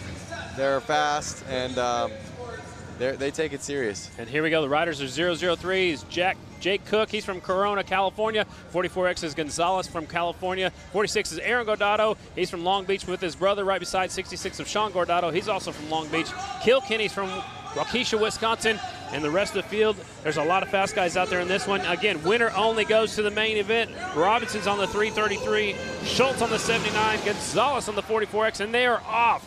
Semi-final number 1, winner only to the main event. Kilkenny grabs the whole shot. The 35 bike is out in front. And these are all Harley-Davidsons in this semifinal. David Kilkenny got the silver medal last year at X Games. Didn't have good luck this year. He's got that Fuel Cafe patch on the front of his leathers. It's a cool hangout right here in Milwaukee. Yep. Now they got 6 laps to go, and only the leader's transferring. So let's see if Kilkenny can keep it on 2 wheels and keep it out front. I believe he can. He's a very smooth rider. Looks like he dives into the corners really deep, sliding in really deep, using that left foot to lay it over and slow down, scrub some speed off into the corners. There's a good battle heating up for second place. Gordado and Vasquez going for it. Gordado hanging on to that 2 spot. Vasquez sneaking up the inside, but there, back to the leaders, the 35 of Kilkenny. Is Gordado going to be able to catch him with this lap trappic? I don't know. The lap traffic could work. They're slowing him down. He got by, but now here comes Gordado's in second. Vasquez is right there in third. Whoa, Vasquez goes wide.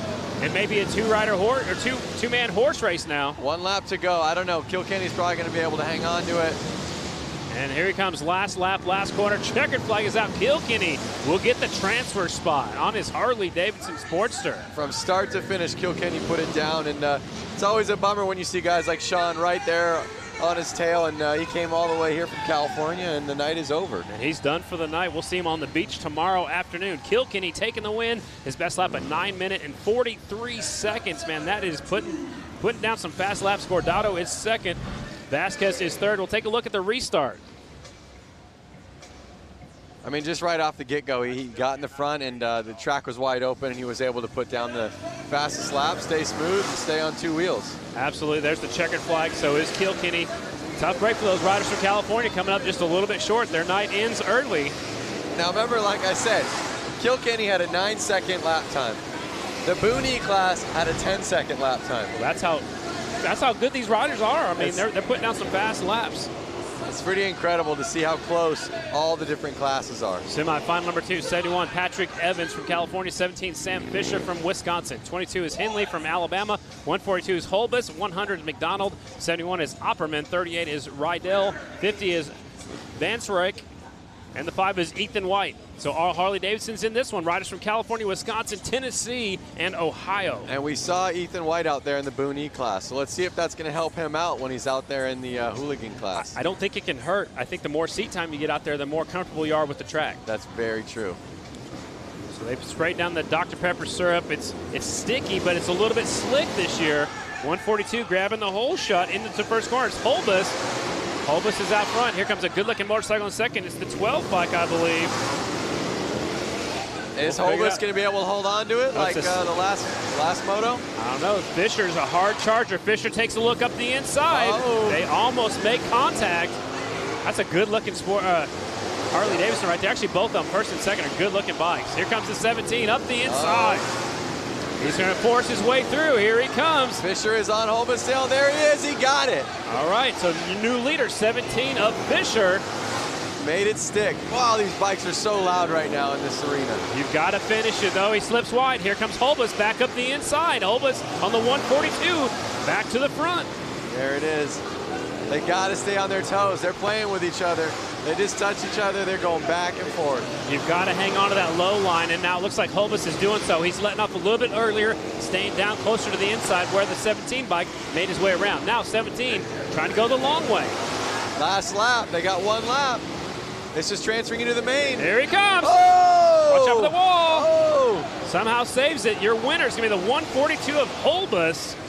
Man, they're going for it right here, Lance. They're definitely going for it. They want to make the main. Yep, Holbus was out there with the lead right away, and went back and forth a couple times with Fisher, but Holbus took it home, and he's going to go to the main. What a great race right there. That was awesome. So the 17 bike never gave up. He kept going for it, kept trying the inside, kept trying the outside, just wasn't able to make the work. And actually, he had a good save by not falling off on the back straightaway. So Holbus takes the win. He will qualify.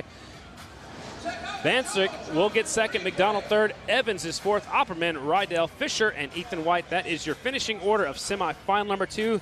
Again, this is our premier class. There are a lot of entries today. There are 4 semifinals. We already had heat races earlier in the afternoon. Let's take a look at the replay. The 17, he knows what he had to do. This is the last lap. No, that's not the last lap. This is the last lap. No, it's not either. No. They keep teasing me with the replays. I'm waiting for the 17 to try that inside move, going for the win.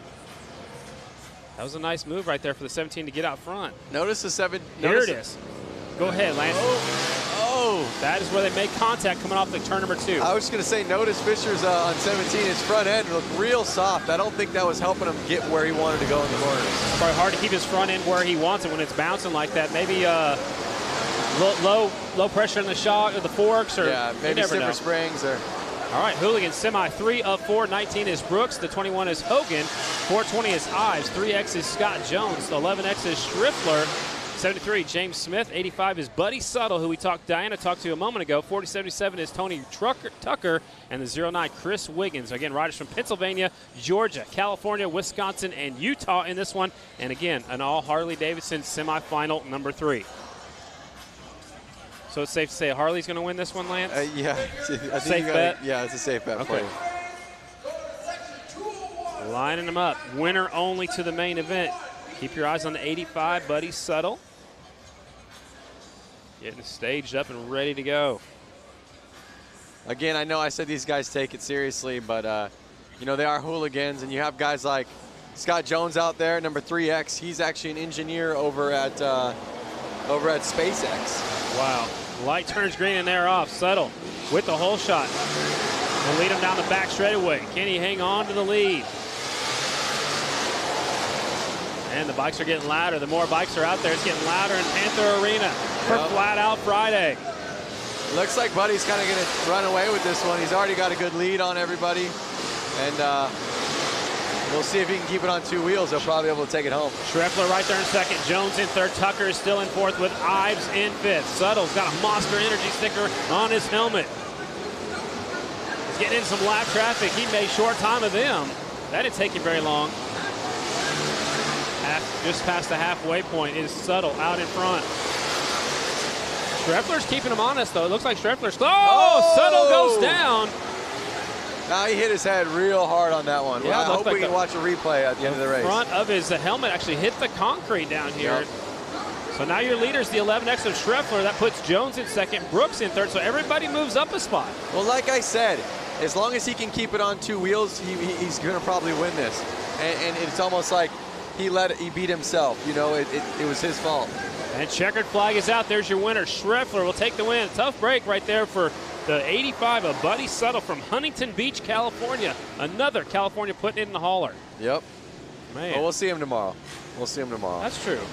But they're done for the night. If you don't win your semifinal in the Hooligan class, you are done for the night. So your winner, Suttle, Schriffler. Incorrect. I'm sorry. Schriffler takes the win. So Suttle, he's back their ways. Now they're getting corrected up here. Scott Jones is second. Alex Brooks is third. Tucker fourth. Wiggins, Ives, Hogan, Smith, and Buddy Suttle down 3 laps. Will settle for 9th place tonight. We'll see him tomorrow.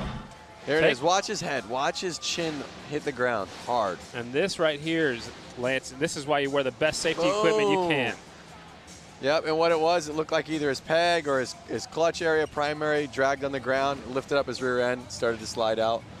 And he was fully committed for the corner, and that's why he didn't put his hands down. He was ready to keep going. Absolutely. So tough break for him. Now we're on to our 4th and final semifinal of the Hooligan class. Getting set to go, our Hooligans. 22. So this one's got the Mark Atkins in there, so Rusty Butcher, crowd favorite. 22 is Atkins, 33 is Chris Hansen, 7 is Hicks, 51 is Holstein, 182 is Hunter Klee, 74 is Orloff, and 24 TJ Tucker, and 27 Josh Young. Another semifinal of all Harley-Davidson's riders from California, Wisconsin, Alabama, and Utah, and 1 from Ohio. There's the rider you were talking about, Lance, 22. Yep. Rusty Butcher, crowd favorite. He's won here at the Flat Out Friday before. It looks like he's got his cell phone out there. I'm not sure if he's taking phone calls right now. Maybe not, or maybe he's just doing some live video feed and probably put it on his social media. Getting set to go, the Butcher. Oh, Butcher gets a bad start. He's going to have to come from way back. 182 grabs the whole shot. Rusty Butcher is down. Uh-oh. They're still green, so it's a 182 in the lead. Hunter Klee is out front, so Rusty Butcher's at the tail of the lead lap. Here comes the 24. That's Tucker sneaking a peek up the inside. Is Rusty Butcher going to be nice and let the guys by, or is he going to start going fast and not let them get by him? I don't know. That's a hard one. I mean, you want to be in the main event, but you also know the fast guys are coming through, and he does the right thing. He pulls out of the way. Yeah, he pulls out of the way, lets the 2 leaders go by.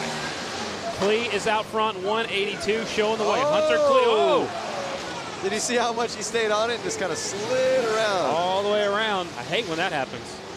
182 out front. Hunter Klee from La Crosse, Wisconsin. I think what we're noticing tonight is the track is a lot more slick than these guys are used to. It's really about good throttle control and being really patient with your bike. What we've also noticed too, Lance, is it's not taking rubber like it normally does. They said they had the same issue in Cleveland. We're using Dr. Pepper syrup, the same stuff we've used before. Some people are saying it's because of the humidity in the air. I'm not real sure, but that's what the consensus is. Yep. Yeah, normally you'd see the track get a lot more black marks on it. Hunter Klee still out front, though.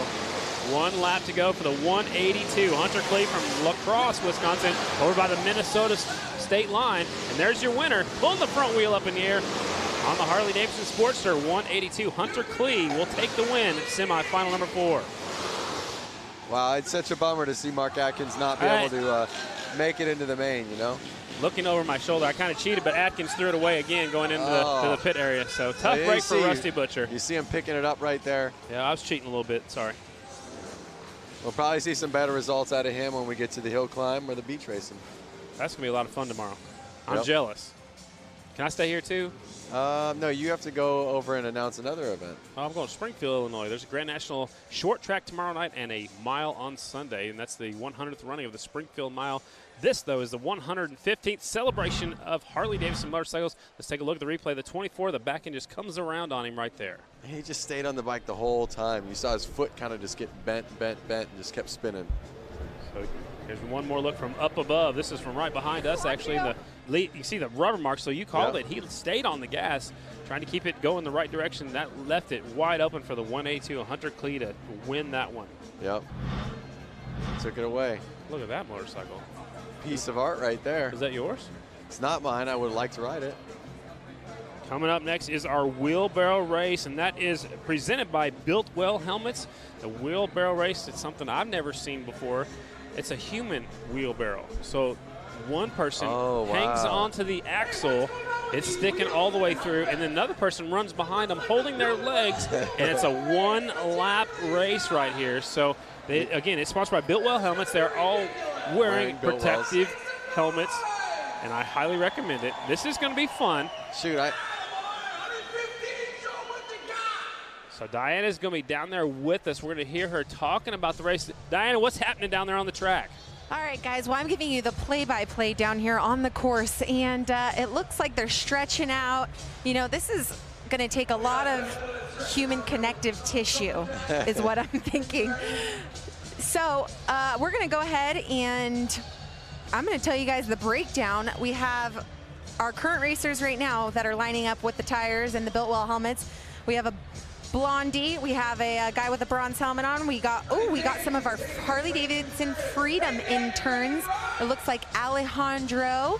And then we have a couple more guys, and they all have our beautiful Built Well helmets. Oh boy, the blonde girl is off. And okay, number 44, Jacobson, is the guy who's holding her legs. And I'll tell you what, I think he's racing in tonight's events because he is serious about winning this. Woo! Full motocross boots too, running. Full motocross boots. He has his duct tape on. He's walking across the because finish line. He knows that he's winning. So basically, she has strong arms, a wonderful helmet. Everyone else eats it at the finish line. And let's go in for an interview.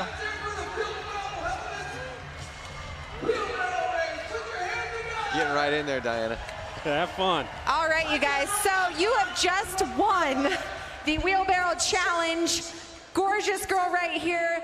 The number 44, Jacobson. I mean, you were walking at the end because you knew you had it. Yeah, basically we got the whole shot and checked out. You know, that's what we trained to do. And We work harder for this race right here than we do for any other race all year, so this is a big deal. So what kind of preparations did he have you going through to prepare for this? We've been training all year. We've been in the gym, doing push-ups, pull-ups, running, everything. That's so important to us.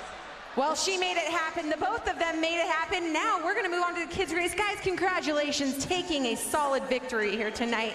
Flat Out Friday.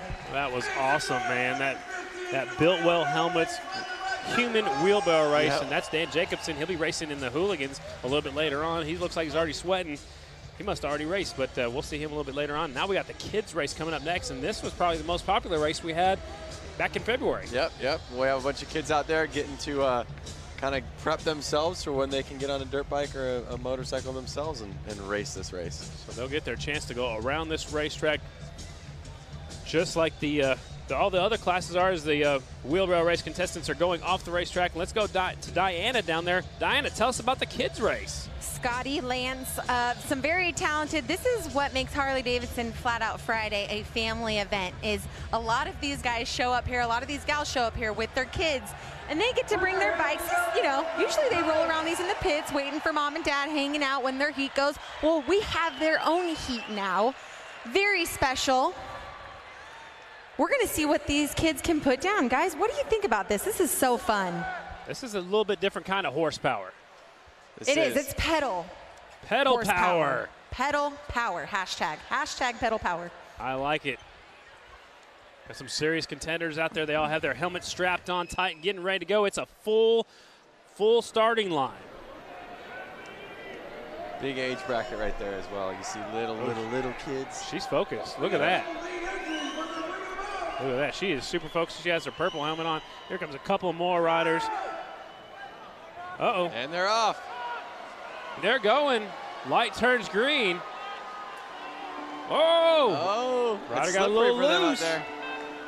Rider got a little bit loose. Oh, Kevin Clark's, he's leading right. Hey, Kevin, no! He's trying to stop him. Say, hold on. Oh. Red means stop. Whoa, Nelly.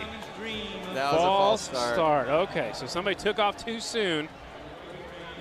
Once one person took off, the rest of them were like, well, yeah, I'm going. I'm going too. If they win, I'm going. So, man, there's a lot of action happening here. This is one of the favorite classes with the crowd for sure. The kids class, they go one lap just like our wheelbarrow race did. So Diana's down there on the starting line. Diana, we had a false start. Did somebody take off too soon?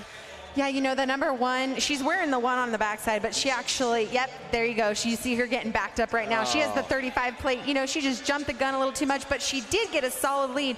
I wouldn't be surprised if as soon as we get a green flag again, we see her shoot towards the front of the pack. We shall find out. And not only that, guys, we had a couple stragglers coming out of the tunnel. So now it'll be a nice fair race that everyone's out here. Look at that, number 8's waving to her mom. Looks like another little girl out there. Same jersey as the second row. Here they go. Diana, take it. Yes, the number 35 comes from the back. She's making her way through the pack, but currently in the first position is the number 9 with the black hoodie, blue and black helmet on. Oh, wait, look at number 1 comes around the outside. She's bringing it home. She really wants to take that win, you guys. Here she comes. She's closing the gap. Man, that Dr. Pepper syrup is hooking up those tires. Look at, she takes no prisoners. She's inches away. Wow. White flag is out. One more lap to go. I mean, man, this is intense. She's 35. Gotta get him. There she is. Off the inside. Oh! The second place rider doesn't even look like he's pedaling. I think he's got a little electric bicycle. Yeah. Checkered flag. Yeah. So not only does she get a penalty from the red flag, but she makes it through the thick of the pack and she comes out on top. So awesome to see. Great racing out there. Still wrapping up this race. They're all the way around the track right now. Number 1's going to go down there and talk to Diana. We'll talk to them. We want to see what they look like without their helmets right now, trying to get those kids gathered up. It's just like herding cats. Lance, have you ever tried to do that? Yeah, no, I have not. How many kids do you have? Just one? Oh, kids? I got 1 kid, but you said herding cats, I right? did, yeah. Herding cats. I was just saying, but you know how hard it is just to keep up with one kid. Yeah, one kid's hard enough. This many, it's like herding cats right here. What's going on? Oh, man. Track meeting. She's going a little prep, talking it over right there. Diana, take it away. We are here with Morning, and you know what? I loved your helmet. You were my pick of the night. How was it out there on the course? Good. Did you have fun? Yeah. Did you like riding your bike out there? You got the Barbie bicycle edition. Okay, who else do we got here? Okay, you took the victory even after having a penalized start. Are you feeling pretty good? Yeah. Tell us about it. Let's walk us through the race. That was some serious strategy.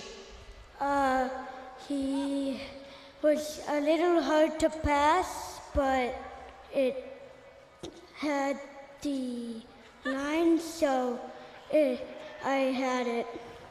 Guys, give it up. Not only a penalized start, but then takes the win. Congratulations, high five. There we go. Guys, congratulations to all of you. Scotty, Lance, take it away. What a great race out there. And wait, I'm coming on back actually, because we had a wonderful day yesterday at the Harley-Davidson Museum. You guys got to put your eyes on the screen. We're talking to people about their first Harley-Davidsons.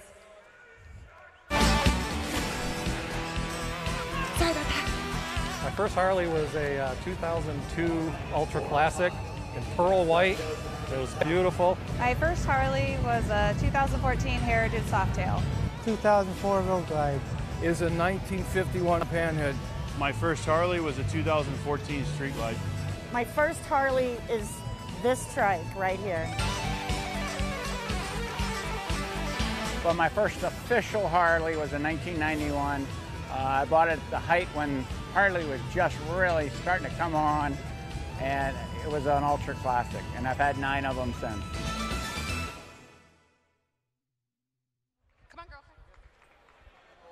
My first Harley, my first Harley was was actually when I was 16, right when I can get my license. I made a custom Harley. It was a rigid, and it had an Evo engine in it, and I used to ride it so much that the gas tank would fall off. I mean, I built it myself. And then finally, in 2013, I bought a Dyna. I still have that Dyna. I love it. It is tried and true. I've ridden to Sturgis on it. It's never going to leave my garage. I'm going to own it and give it down to my kids. Love it. Love my bike. I'm really curious who's watching this right now on Facebook Live. What was your first bike? Do you have a bike? Do you want to buy a bike? What are you looking to get? My first bike was the 100th anniversary. It's a Softail Deuce, the black and gold. It was beautiful. I didn't want to let it go. I let it go. I got a 2007 Harley-Davidson Street Glide, so that's what I have right now, and I don't even want to let that one go. Yep. All right, let's go trackside with Diana. Guys, you know what? The first Harley that I got to ride was a 98 Softail Custom. It was my mom's, and I'm not going to lie to you. I stole it at midnight. But anyways, I'm standing next to Bridget Whitwer. Amazing story that she has. She was here at Flat Out Friday back in February of this year. Tell us the story, because you were just watching the races, and now here you are. Look, you're getting ready to race. Yeah, so I was at Flat Out Friday last February up in the cheap seats, and I saw the Mad Dog class, which is the 125 or less youth stock frames, and I was like, oh my goodness, I could do that, and I want to do that. So that's why I'm here.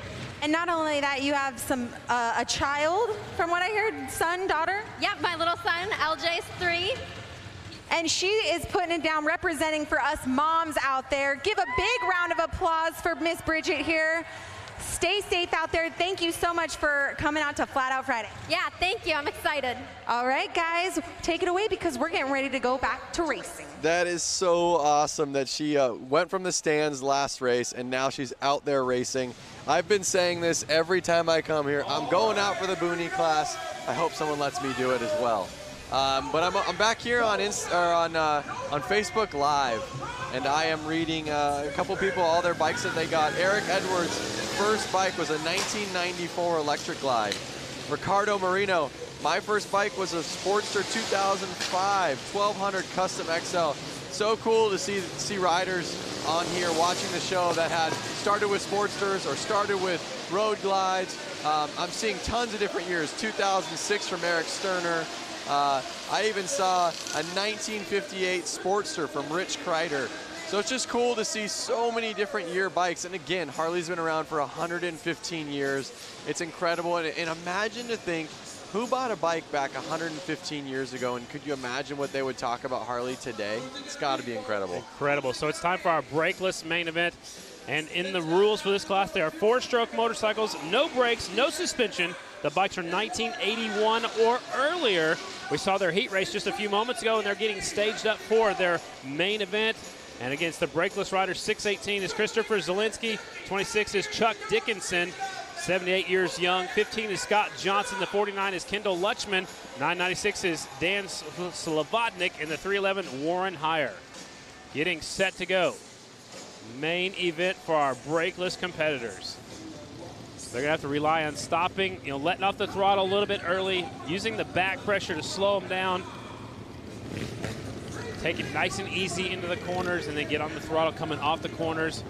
You can see him keeping that thing running right there. He's got BSA Tank on there. On our entry list, he's listed on a Harley-Davidson, but the Honda will be on the pole. It's a 618. He won the heat race. That's Christopher Zielinski. Here comes the youngster, Chuck Dickinson, 78 years young. Those Max leathers, red, white, and blue. Looking evil style. There's the 15 pulling up third, Scott Johnson. Remember, he was in the lead in the heat race. There's the 49 of Lutchman, 996 Slavodnik, and on the outside, 311 of Heyer. This is main event style right here at the 115th celebration of Harley-Davidson, Milwaukee, Wisconsin. Getting set to go. Main event for the brakeless bikes. 311 with the whole shot from the outside. Here comes the 26 up the inside, but it's the 311 out in front. So awesome to see. I was noticing a lot of these guys, look, he's got a shifter on his tank. These bikes are so old, it was before they had foot controls necessarily. Hand shifters. Oh, looked like he caught his foot a little bit. Here comes the youngster up front. Number 26, 78 years old, Chuck Dickinson from Wisconsin takes the lead. Oh yeah, it's so good to see the oldest rider out there banging bars for the lead. And now the 618 on that Honda taking over the lead. He's on the inside, leaves Chuck on the outside. Wow, that thing stood him straight up quickly. Yeah, now here comes the 311 bike that was up there earlier. He's back in the thick of things. It's a three-way battle for the lead. Let's go, let's go. Are we going to see anybody play There you go. Oh! Yeah. Oh! He's down. Got into the back tire and went down. 311 might have had the move of the race, taking the lead, but then the 618 threw it away, going for the lead. So it's the 311 out in front. Warren Heyer, Lannon, Wisconsin out in front. They keep going. Again, they keep going until they see red or checker. Looks like he's kind of on cruise control right now, the 311. The 26 is still right there. Chuck Dickinson trying to make things happen. Come on, Chuck. I want to see you on the top of the podium. Here he comes. He's up the inside. He gets by the lap rider. And he gets by the leader. Whoa! Running him wide. Come on, Chuck. You got this. Whoa, watch out. There he is. Chuck, the oldest rider out there in the lead. Taking the lead. Uh-oh, is somebody hurt? I think we might have a bad injury. Watch out, we'll keep on going until we see red or checkered. That's who the 311 got into, the rider that went down, the 618. Yep. White flag for Chuck Dickinson. Come on, Chuck, you got one more lap. Let's make history 78 here. years old. I sure hope Diana gets to interview this guy. This is incredible. Checkered flag right there. Chuck. 78 years old. Good job. Good news is 618 gets back on his feet. A crowd comes to their feet here in Milwaukee. 78 years old. 26 taking the win. Chuck Dickinson. Remember, we talked to him on our way up here to the booth, and I asked him how old he was. I don't know if he exactly heard my question, because I heard 70 and I heard 78. Either way, he's in his 70s. He's an old dude. He just went out there and he just won flat out Friday. Yep, in a main event, and I know there was guys that are half his age that couldn't keep up with his pace. Chuck Dickinson, your winner. Kendall Lutchman is second. Slavodnik is third. Warren Heyer fourth, and Scott Johnson fifth. And we'll take a look at the accident. This was the battle. Oh, this is the leader when he gets into the right. He gets into the wall. Watch out. Wow. I think that might be the move of the race right there. We'll have to wait and see. That one was awesome. That might be the Sin 3. Oh, see, he got into the rider that was leading earlier. Right into his arm. That was the 618. So that, my friends, might be the Sin 3 slick move of the race. It might be the slick move of the night. We'll have to wait and find out at the end of the night. Man, that was our Brakeless main event. They're going fast here in Milwaukee. Well, I'm hoping for the rider down. It looked like his hand got ran over maybe. So definitely praying for him and that nothing too critical happened. He's just got a bruise. He's getting a little bit of attention right now. They're also doing some work on the track right now, trying to get this little slick spot off of the racetrack right now. Everybody's all over social media, hitting us up, following us on Facebook Live. There's everybody, and their name is here. There's also lots of cool action at the museum. You went down there last night. I love the museum. I mean, I've been to Harley probably 10, 15 times now. I go to the museum every time I'm here because there's always something new. Love it. So the crowd's cheering because the young guys walking. There's a look at the museum right now. There's a concert going on. There are bikes lined up down the streets.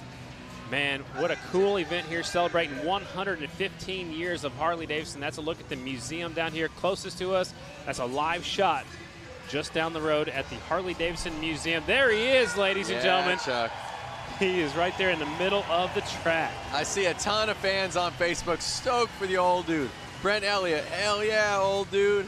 Right on, there he is. It's incredible. Everyone's kind of getting into it and stoked for Chuck. Martina Barrera, way to go, Chuck. I think they sent him out here for an interview. I'm not sure where Diana's at, but he's down here waving at the crowd. The crowd went nuts when he won. Brakeless main event winner, number 26, Chuck Dickinson. Where's Diana at? We got to have her talk to him. I don't know. Hopefully she can make her way down. Chuck's right there in the middle of the track. Sounds like the bikes are already fired up for our next class. So, you know, the thing about Chuck is that inside, deep inside, he's young. That's right. You know, and he's staying young by doing things like this. I'm sure he could run circles around, you know, kids that are 15 years old. Absolutely. So he's still got a smile on his face, and he's doing what he loves. Up next is our Hooligan JV main event, ladies and gentlemen. Same rules as the Hooligan class. Getting set to go with our JV Hooligan. A little bit different. 04 Samson Bell, 315 is Lapsinski, 70 is Gregory Nelson, 715 is Rouse, 17X Samuelson, 81 is Schwenker, 19 is Stein, 603 is Swislowski, 618 is Zielinski. Harley-Davidson's in this one. Hooligan JV class. Again, I'm watching this stuff on Facebook, and it's just so cool to see everybody coming together and so stoked on Chuck. Like Terry Tilley said, 78 years young, it's just a number. That's right. So the riders are 18 years old or older, 1986 or newer, twin 750s, and no pros. And these are actually riders with 2 years or less race experience. This is kind of like junior varsity hooligan. That's what we're going to call it. They haven't quite made it up to the big hooligan class. This is the JV hooligan class, the up-and-coming riders. Less than 2 years racing experience on a hooligan. That's the class that I get to race. Next year? Yep. Who's going to announce with me? I'm going to put the mic on and be out there with the mic and my helmet. I like it. Explaining exactly how it is. I'm going to actually ask if I can do that. That'd be some real color commentating. Yep. Samuelson out in front, Steinke right there in second as they make another lap. It's the Hooligan JV main event. Steinke in second, Schwenker in third, Zielinski right there in the fourth spot. 8 laps to go. This is a long one. This is. It's really going to put them through it. They got to get ready for the real hooligan class.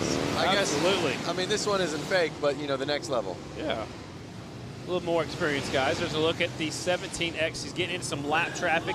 He's got his sleeves rolled up. He means business. Look at his beard's going around the back of his helmet just like when you're out there on the street. Yep. This is Bubba on the back of his jersey. I like that, too. But the thing that I'm noticing is Josh Samuelson, he's still putting down 9-second lap times. The hooligans were putting down 9-second lap times. Wow. I think he needs to get out there with the hooligan class. Is he sandbagging? He might have to move up pretty soon, but look how low that back tire is on that 17X. I think the low tire pressure is enables him to get better traction coming off the corners. Yep. 19 making a move for the lead, getting a little bit sideways. This is the battle for the leads. They caught up to some lap traffic. Uh-oh. Battle for the leads heating up. The 19 is there. Bubba got by the lap traffic. That rear tire looks almost flat, though. Maybe it is flat. Maybe just on the bottom. Good look at it. Zoom in right there. It's the last lap. Hooligan JV main event. Double checkered flag coming out. There's your winner. Bubba Samuelson taking the win. There's a good battle across the line for everybody else. Steinke will get second. Zielinski is third. Schwenker is fourth. And unofficially, I got Bell in the fifth spot. All Harley-Davidsons out here in the Harley Hooligan JV main event, throwing up the hang loose sign right there. Look at the beard hanging out. Yep. Fear the beard. Fear the beard. Samuelson taking the win. Steinke is in second. Zielinski is third. Schwenker is in fourth. And Samson Bell is fifth. Everything just got adjusted a little bit. I think they added Adam Rouse up there to fifth spot. Sawinski down to seventh is Bell. And now let's go down to Diana. Chuck Dickinson, I didn't get a chance to talk to you earlier, but oh my God, the things that you put your body through, and look, here you are, you're standing, walking, no problem getting back on that bike. You're amazing. Well, it was a lot of fun. These guys are very competitive. The floor turned out just perfect for me, and just a lot of fun. 3 years, the third year I've been here, the other years I've been out in the hay bales and never finished, so I just wanted to finish tonight. This is just super, and just all these people here. Well, everybody is cheering for you. That's got to make you feel good. Yeah, it's a lot of fun. It's just thank you for the interview. Well, you're very welcome, Chuck Dickinson. One more round of applause, you guys, just showing that age, there's no limit. Absolutely. Age is just a number, Lance. Yep. He did it. We heard that before. Absolutely. Again, I want to kind of go back to Facebook Live. I'm seeing Brad Galloway asked us, what are they racing on exactly? So for those of them that are tuning in right now that didn't get to hear the intro, they're racing on, well, it's a polished concrete, which is the standard floor of an arena like this. And they're actually spraying soda pop all over the floors. Just the syrup. Just the syrup. Right. Just to get a tackiness. Imagine when you step on syrup and it goes sticky on your shoe. Well, that's what they're riding on out there. So it is sticky, but then again, add in horsepower, add in speed. They're laying the bike sideways, and there could be some areas of this track that aren't as sticky as others. And it depends on where they're riding at, too. I think the more they ride on that Coke syrup, the more they ride on that Coke syrup, the stickier it'll get. That's Kevin Clark right there spraying the Coke syrup. I've heard it's Dr. Pepper syrup. Whatever syrup they use this year, that's what they spray on the floor. It's like a fine mist. Where that lands, it's got little speckles, and then you step on it, and you can feel it. It almost, in years past, it almost pulled your shoes off. Yep. They sprayed a little bit lighter this time. It's still got some tackiness, but when you get off the racing surface, it's a little bit slick out there. Yep. Up next is our bike build main event. This is a fun class. If you weren't here earlier, the rules are Milwaukee High School have 100 days to build a Honda CL or CB 175 flat tracker, and they are off in a hurry. 35 is Ezra Brewski, 83 is Chadwick Dennis, 11 is Patrick Michaud, 07 Kristen Lassen, that's Lady Lassen, a 65 Stephanie Herbs. Those are the riders in this one. Ezra Brusky, he's the one that pulled away in his heat, and now it looks like he's doing it again in the main. I've actually called a lot of his races. He races this All-Star National Flat Track Series as well as the Steve Nace Racing Series. And Ezra Brewski, man, he is fast. He's from Wisconsin, and he's so smooth out there. Yep. And he got to build that bike himself in school. Uh-oh, rider down. I'm wondering if we got that on film. I'd like to see what happened. Chadwick Dennis lost it over here in turn number 2. He's walking it back to the pit area. Only 3 bikes left on the racetrack. Brewski is out in front, Michaud in second, and Lady Lassen right there in third. She's a mechanic herself. She's a motorcycle mechanic, and she's awesome. Yep, well, all of these riders, I think, were mechanics on these bikes. Absolutely, they got to build their own stuff, exactly. Brewski out in front, kind of on cruise control right now. He's catching up to the back of the pack. Again, I want to, the viewers that are watching this right now, these riders had to build these bikes in school, and they got to bring them here. The teams had the same budget, work with volunteer mentors. The bikes are judged on appearance, performance, and of course, racing ability. Battle right here is, it looks like Brewski's gotten by both of the lap riders. That's the 11 of Patrick Michaud in second. Lady Lassen right there. That's Kristen Lassen in third on the number 07 bike. 2 laps to go for your leader, Ezra Brewski. He's in the 9-second range as well. Yep. Lance, I see you checking out the lap times.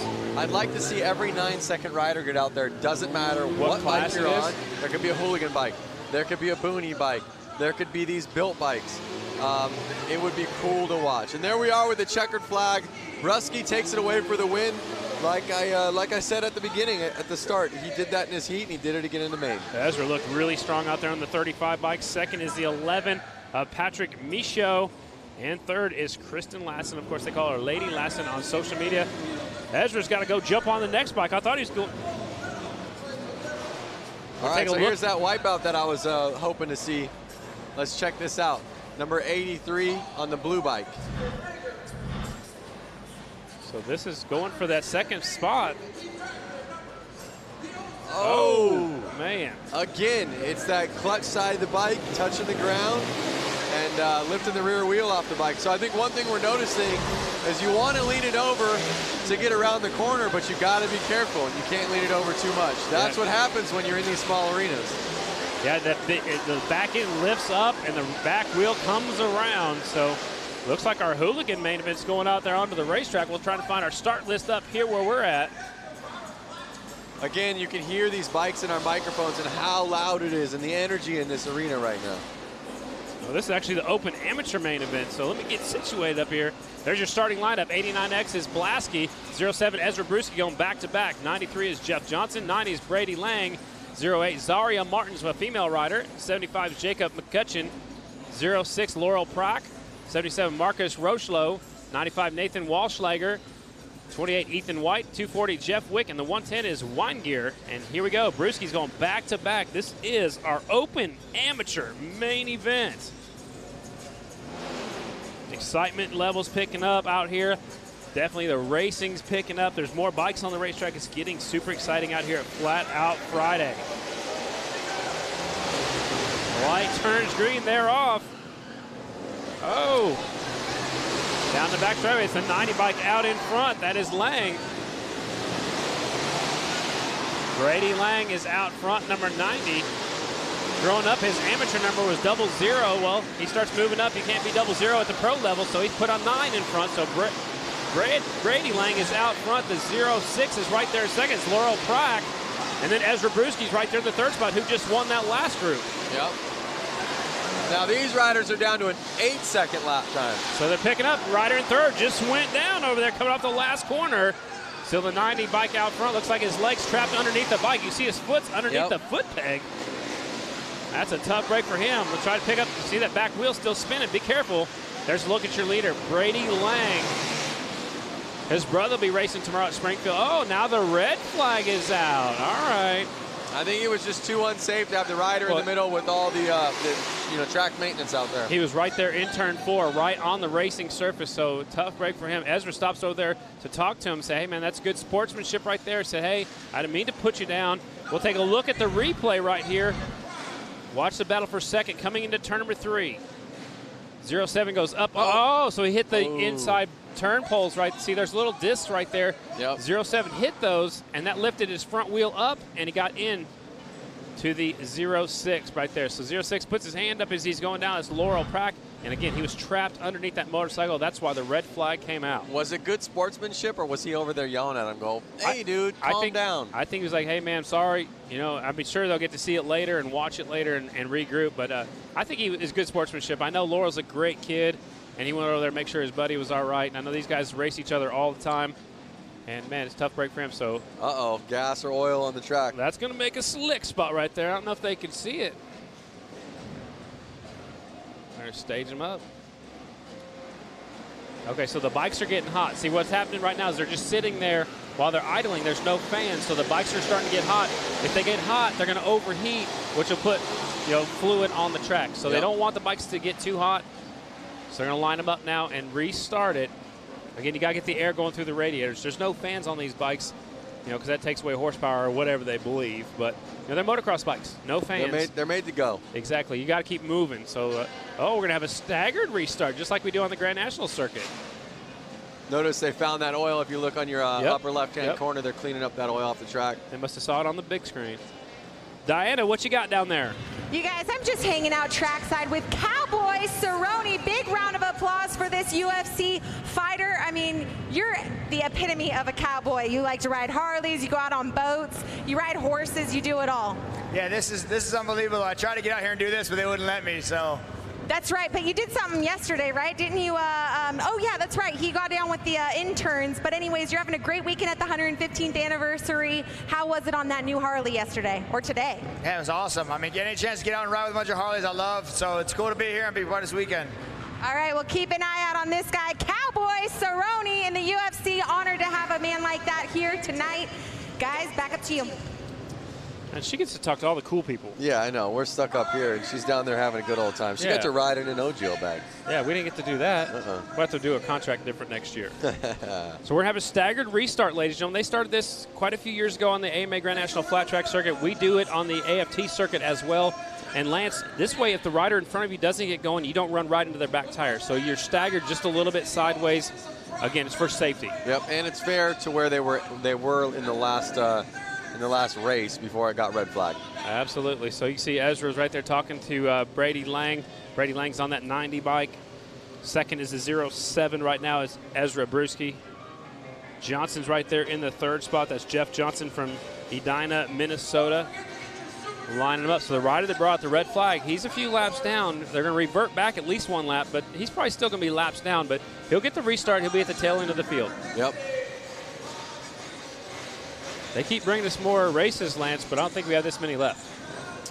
Well, let's see. We got a couple left, but obviously I'm looking forward to seeing the Hooligan racing, the Goofball racing, Pro racing. I like to see the women's main event, too. Yep. 5 laps complete, 7 laps to go. Open amateur main event. 12-lap main. Oh, look, he's telling them, scoot them back, scoot them back. Their bikes are all getting hot. I heard they started them. Yep. There's some fluid getting out there on the track, so that'll make a nice slick spot. Yeah, they're cleaning it up right now, so getting them staged up. Brady Lang out there. His brother Park will be racing at the Grand Nationals this weekend. Ezra's right there in second. He won the last class, and there you can see they've got to be careful how they get that off the track, too, because if they wipe it too much, it takes the sticky stuff off, which will make a slick spot. So it's either way, if it's wet, it's slick. If they dry it too much, it's going to be slick, so you got to do it just right.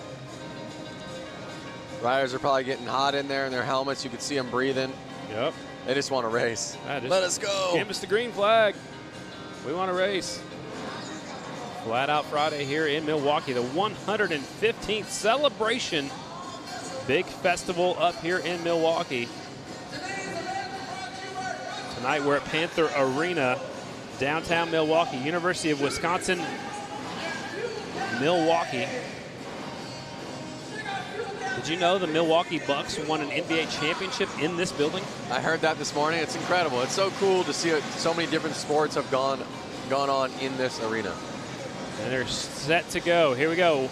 Watch the light. Oh. Restart. Open amateur main event. Watch the light. Clutches are out. Brady Lang grabs the hole shot. Brewski's right there. Brewski looks up the upset. Big pile up over here in the first corner. I hope it's not a red flag. Oh my, a big pile up, and there is a red flag. Oh. This one's getting a little crazy. These open amateur riders are the next move for these riders is to move to pro. So they're out here trying to make a name for themselves. You know, this event's about fun, but they're out here going for it, that's for sure. So 2 riders going down. It's the 95 and the 10. Something that I just learned after looking at Facebook right now, I'm not sure if it's true or not. I mean, you don't believe everything you read on the internet, but Look at the replay first, real quick.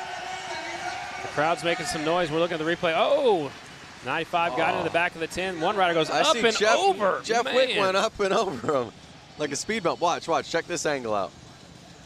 Watch the left side of your screen. Up and over. Jeff Wick jumping people. There we go. Oh, wow. That's gonna leave a mark. Yeah, and you can see him holding his hip. Watch when he rolls over. He grabs his hip. He's like, oh. But that's why we wear the best safety equipment, which I recommend when you're on the street as well. You know, wear some leathers, wear some nice boots, some heavy-duty gloves, good helmets, and that's what they all wear. What did you learn on Facebook? I learned that they said NASCAR pit crews spray soda on their pits for traction. Soda. So the dudes can run around, and they're guaranteed traction. So I wonder who got it from who. Did NASCAR get it from indoor flat track, or indoor flat track get it from NASCAR? I'm going to say they got it from us. Okay. I've been going to flat track races for a long time. I mean, NASCAR's been around for a long time as well, but I've been seeing Coke syrup sprayed down for as long as I can remember. Well, Jim McNear, thanks for that info, and Good stuff. Let's get back to racing, huh? Now look, they line them up like a complete. They were just lined up single file. Now they're lining them up side by side. I don't think they have the time to spend. You know, these bikes are so hot and they haven't really been able to complete full lap times. So I think they're worried about that, and they're going, let's do what's going to make this race work. All right. We'll try to find out how many laps are left. I believe 6 laps are left, if I'm not mistaken. Open amateur main event again. They're trying to make a name for themselves when they move from here. Your next move is pro. Remember, keep an eye on the lap times. We're going to call it the lap times on the open am. Let's call it the pro lap times. All right. Let's see how far out their pace is. So far, Brady's fastest is an 8.67. Light turns green there off. The 90 grabs the whole shot. Brewski's battling for third, but he gets new ride. Oh, 2 riders tangle up coming off of turn number 2. Come on, let him race. Let him race. They're right in the way. Let him. Oh, red flag. I see it out. Nope, not yet. Yes, oh, it is out. It is. Oh, hang on. Oh, definitely red flag's out. Red flag is out. That's the whole track. Whew, man, things got crazy over there coming off of turn number 2. Wow. How many red flags is that? I lost track. 3? At least. 3 red flags? At least. Man, they all got up quick, man. Is that adrenaline or what? I think it's like, I want to get out the track so I don't get run into like the last guy. Or I want to get off the track and check on my motorcycle and see if it's still able to keep going. Look at the 10, he's twisting his throttle harness backwards. Yep. I see Brady Lang going out there doing wheelies. Now, is he keeping the bike cool or is he doing wheelies to show off? A little bit of showing off, I think. Actually, look at his best lap is 8.08. Let's take a look at the replay. So the rider deep in the field gets in deep. Now look to the left side of the screen, and it's really tight. The one rider got completely sideways, got into somebody else, and now here comes everybody else. But that was on the first lap. Yep. No red flag, no red flag. They keep going. And the bad news is they're going to be right in the racing surface. When they come off of turn number 2, they're still at it. And some of the other riders got collected in that one. So look at that. They called that one a race, I believe. Did they? Yep. It looks that way. So your winner is the 90 bike. I think he's looking for Diana down there. Come on, Diana. She's looking for him. So 90 bike will be the winner. Again, fast lap is an 8.08. No, that's 8.86, no, 8.67. I think that's how long it was taken for the whole race, maybe. Maybe that's when the restart. All right, let's go down to Diana. Hopefully she's caught up with our winner. No, I'm not here with the winner, but I am here with someone who was just watching the race with me, Oliver Peck. I mean, what were your thoughts on that race? Pretty hectic. Too many people on the track. Too many people on the track. What would you have done if you were on your Boonie bike? I would have been out in front of everybody, so it wouldn't have mattered. Exactly. That's Oliver Peck style. He gets out in front, makes it happen. So we're looking forward to seeing you race. We see you in so many things on television, and now you're coming out here to race. It just goes to show how many different people from all different worlds can come to flat tracking. Well, it's a great event, great people, good times, and it's just about having fun. So that's what people need to do. That's awesome. All righty. Well, thank you so much, guys. We're going to take it back to you.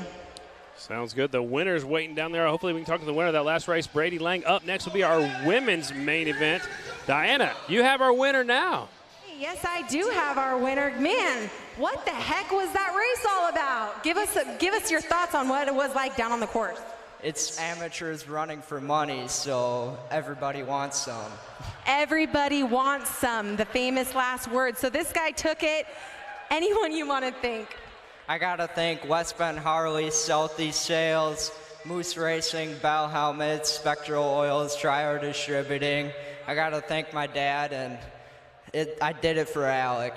He did it for Alec, and thank God he was wearing that Bell helmet, kept him nice and safe. Congratulations, guys. Give a big round of applause. Guys, we're going to take it back up to you and get this women's race going.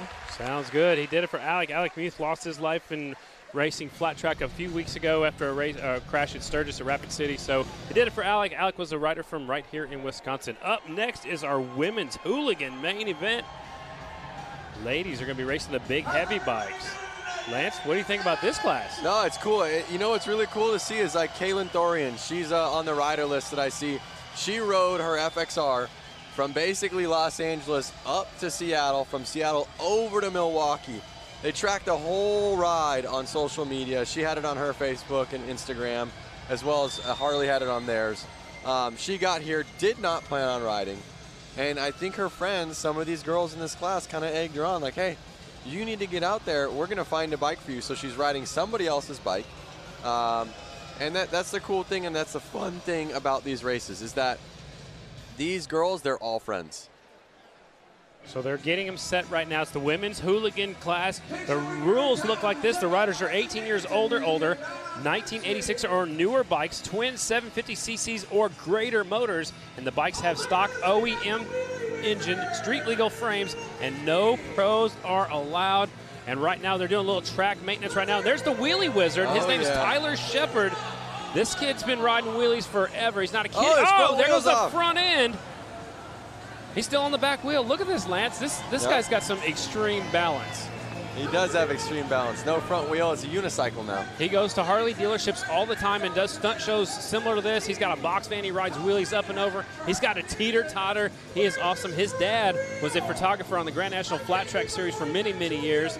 And then Tyler grew up. He said, hey, I can ride wheelies. And he's just been doing that ever since. Look at that one-hand wheelie going around in circles. It's the wheelie wizard, Tyler Shepard, as they do a little track maintenance right now before we get into our women's Hooligan main event. Look at that, no front end. Yep. He's not letting off the throttle. He's just keeping it nice and smooth. There, he stands it up. All right, he's making some noise up here in the crowd. He's having some fun. Is that his real name? Like, does his license say Wheelie Wizard on it? I bet it does now, but his real name, he was born with Tyler Shepard. So he may have changed it, but that's all I know him as. In my phone, it's a Wheelie Wizard. Like I see some friends from my hometown in the crowd right there. Really? Yeah. All the way up here in Milwaukee. Yep. All the way from LA to Milwaukee. Die-hard motorcycle fans. He's going to pick up his front wheel. He's going to carry it away. Diana, what's going on down there? I'm just hanging out with our women's Hooligan racer, Red Nixon. Give a big round of applause. So as we're doing track maintenance out here and we're getting the Wheelie Wizard to, give us pure entertainment, tell us about your class and what bike you're riding. I'm on a Sportsman 1200, and I'm riding with a bunch of badass babes. We're just out here having fun, and hope you guys enjoy the show. What kind of inspiration can you give to another woman who wants to get into hooligan racing? Anybody can do it. Anybody. So they better get out here and do it. Hell yeah. All right, well, you heard it first from Red Nixon. Guys, these girls are about to lay it down after they lay down this rubber. So give a round of applause to these ladies. Thanks a lot, Diana. So what they're doing, that's a quad, Lance. It's got a Harley-Davidson engine in it. He's going out there and making sure there's no more moisture on the racetrack, putting down a little bit of rubber so these bikes, these females, can get a hold of the racetrack. That's awesome. I couldn't stop staring at that quad when it was in the pits. I thought you were going to get on and ride it for a little while. It's one of those things where you're just looking at it with a Harley engine in it and you want to ride it. Absolutely. Everything's cool with a Harley engine in it. Go-kart, motorcycle, doesn't matter. Quad, little cars. I wonder how hard it was to squeeze that into that frame. He probably had to build a whole new custom frame. Yep. Coming up next, our women's Hooligans class. Again, the riders must be 18 years older, 1986 or newer motorcycles, twin 750cc's, and that's not a twin. Uh-oh, what class is changing this? it up on me. Mad Dog main event. So we got all excited for our women's. This is our Mad Dog main event. 200 cc's or less, 100 to 200 cc's, four-stroke bikes, riders 18 years old and older, a race for adults to be competitive at a more affordable level than open amateur class. So again, here's a look at the riders in the Mad Dog main event. 117, Scott Beck. 77, Wayne Evans. 01 is Brett Hankey, who won the semi earlier. 11, Zach Hitman. 75, McCutcheon. At 47 is Peter. 520 is Pipke. 17, Chelsea Samuelson. 8 is Sheely. 63 is Toso. 23 is Whitworth. And the 618 is Zielinski. Well, it's cool to see all these names in here. I had a chance to talk to Scott Beck out in the parking lot when I came in, and he just had a glow around him, and he was so excited to go out and race. He was saying, I haven't raced since I was a little kid. And he came here not thinking he was going to race, and I think his friends kind of pushed him into the race, and now he's out there in the main event, and I'm sure his grin is from ear to ear, and he's going to have a blast. Yep, and he looked good earlier today, so he's having some fun. Again, it's a lot different, than what you normally ride these little bikes on. These guys have probably never raced on concrete. There's one of our female riders pulling up there to the line, and she is in the Mad Dog. We might see her again in that women's hooligan class. We'll have to wait and see. That's Chelsea on the 17 bike. Chelsea Samuelson from Frazee, Minnesota, and that's a Honda. Mad Dog class. You see a lot of different size bikes in here. I know that there's a little bit of a range of CCs, but look at how in that CC class, how many different size tires and heights of bikes there are. Yeah, look at that one compared to that one. Exactly. The 520 looks like a pit bike. This looks like a trail bike, possibly. Yep. You know, you just never know. There's a Grom right there. Yep. That's a Honda Grom, the 117. Scott Beck. You know whose bike that is, don't you? I think that's Eric Jensen's. Yeah, our boss. Yep. He should have been out there racing, but I think you had too much on his plate. He wanted to make sure we were doing our job. Yeah. Lining them up. Mad Dog main event getting set to go at Flat Out Friday here in Milwaukee. Light turns green and they're off. 63 with the advantage. Now the 8 takes things over. Sean Sheely will lead him down the back straightaway. And Sheely out in front, the 63 in second, 77's in third. That's how they finished in their heat race. Hopefully we can keep the green flag out. Rubber side down. Yeah. Uh-oh. 60. Oh! Man, good save right there. That's Toso on the 63. T-O-S-O, Toso. New rider taking over second. That's our female rider. That is Samuelson. That's Chelsea up to second. 9 laps to go. 8 bike out front. Sheely showing the way. Toso now scored in second. So Toso's making up some time. He's now scored in second. There's the 63 of Toso. I don't know if that's right. That's what we're seeing on our screen. Leader definitely is the 8 motorcycle. Yep. I believe Toso's a lap down, but no, you know what? Toso could have got up real quick and you know, he didn't fall. Well, Toso's now being scored in second, right behind the leader. Leader looked like got a little bit slick coming off that last corner right there. So it is Sheely out front. Toso's in second. McCutcheon now up to third on the 75. Oh, push him wide. There he is. I don't think he knew anybody was coming as they get by a down rider. No harm, no foul. Yep. 63 your leader. That's Toso. One more rider goes a lap down. Sheely in second. McCutcheon third. Evanson is now in fourth. Hankey is in fifth. Looks like Toso is definitely the fastest rider out there. But we'll see. Uh-oh, lap traffic. What's going to happen here? They split the lap riders. Now still the 63 out front. Sheely was our fast qualifier. He was on the pole, but Toso was second fast. So it's between these 2 riders, definitely. Yep, 2 laps to go.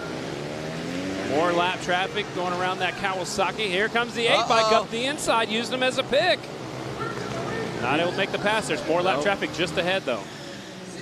63 and the 8. Another rider going facing the wrong way over there. It's a 75 bike trying to get him out of the way. Battle for the lead. 2 laps to go. Is Toso going to be able to hold on to it? I don't know. Last time you said you need to keep it on 2 wheels. They fell off, so we'll see. The 8 bike had to go over the inside corner markers. Flag. White flag is out. Last lap. Toso's going by 2 more lap riders. Nice pass right there. Toso's going to take the win. 8 will be second of Sheely. Everybody else coming across the line. That was our Mad Dog main event. Toso, your winner. Sheely, second. Wayne Evans is third. Fourth is Hankey. Fifth is Nathan Peter. Scott Beck is sixth. Hitman is seventh. Whitwer is eighth. And McCutcheon will settle for ninth. So tough break for some of our riders who went down earlier. I lost Chelsea. Chelsea Samuelson was up there in the lead for a little bit. Here's the battle for the lead. 63 trying to sneak up the inside. Watch out, watch out. It looks like you're about the high side right here. Somehow got unhooked from the rider in front of him and actually did not go down. It's a great save right there. Kept it up and caught back up very quickly. Take another look at the replay. This is actually the 63. He's definitely out in front, going around the outside. Here comes the 8, sneak up the inside. This is where they split the lap rider. The 8 looking up the inside. Toso just had a little bit more and shut the door on the 8 bike. I mean, they were at the end of the race, they were splitting a lap rider almost every single lap. And I thought that he'd be able to pull it, but couldn't make anything stick. Before we hear from more, let's go down to Diana. The Harley-Davidson 115th anniversary is here, and we're getting it started tonight with the Flat Out Friday races. Tomorrow at noon Eastern, we will be 30 miles north in Slinger, Wisconsin for the Harley-Davidson Hill Climb. 5 classes of bikes compete at Little Switzerland Ski Resort, where they have created not 1, but 2 hill courses to climb. the front side with multiple jumps and a mogul field to maneuver. Then the riders move to the back side of the hill for the 35-degree angled second run to really challenge their climbing skills. Again, that starts at noon Eastern here on Facebook Live. But we're not done there. What would Labor Day weekend be without a trip to the beach? I'm talking about Bradford Beach. Harley-Davidson has spent the last week turning this popular Milwaukee beach into a racetrack for the finale of our weekend celebration. 6 classes, including the Trog 45, Brakeless, Vintage Sportster, and Hooligan, will compete on this quarter-mile oval track on the shores of Lake Michigan. The Bradford Beach Brawl starts at 6 p.m. Eastern here on Facebook. A great weekend celebration, and we are bringing it all to you here on Harley-Davidson Facebook Live channel. I am looking forward to the rest of the evening and tomorrow's racing. It's going to be a lot going on tomorrow. There's still a lot left down here on the racetrack. Looks like our female Hooligan riders are getting set to go with their main events coming up next. They look like they're excited. Look at that dancing. Getting set to go with our women's Hooligan main event. That's Lady Lassen right there. She's got the #1 Harley jersey on. It looks like all these lady Hooligan racers have the male Hooligan racers as their pit crew. That's a smart move right there. I mean, get somebody to help them out that knows what to do, that knows what's going on, that's racing also. So give them some pointers and send them out there on their way. Again, our women's Hooligan main event up next. Riders must be 18 years old or older, 1986 or newer engines, twin 750s or greater motors. Bikes have stock OEM tires and engine street legal frames and no pros. Diana, what's happening down there? You know, guys, watching these girls, giving me a little bit of motivation. You might see me back here in February on one of the Hooligan. I might have the same setup, a Hooligan as my pit crew, and then I'm just riding their bike. I think I might do it, guys. We're going to have to work on getting a microphone that we can all go out there and just race and do all this talking. Lance, I think that you're all talk, and I'm going to actually play the game. All right, well, we're going to talk to Eric and see if we can make this happen. I'll ride the pro class. And then you're not allowed to ride the women's. Scotty. Now it's me versus Diana. Now it's just you know what? It's going to be the MC's race. That's right.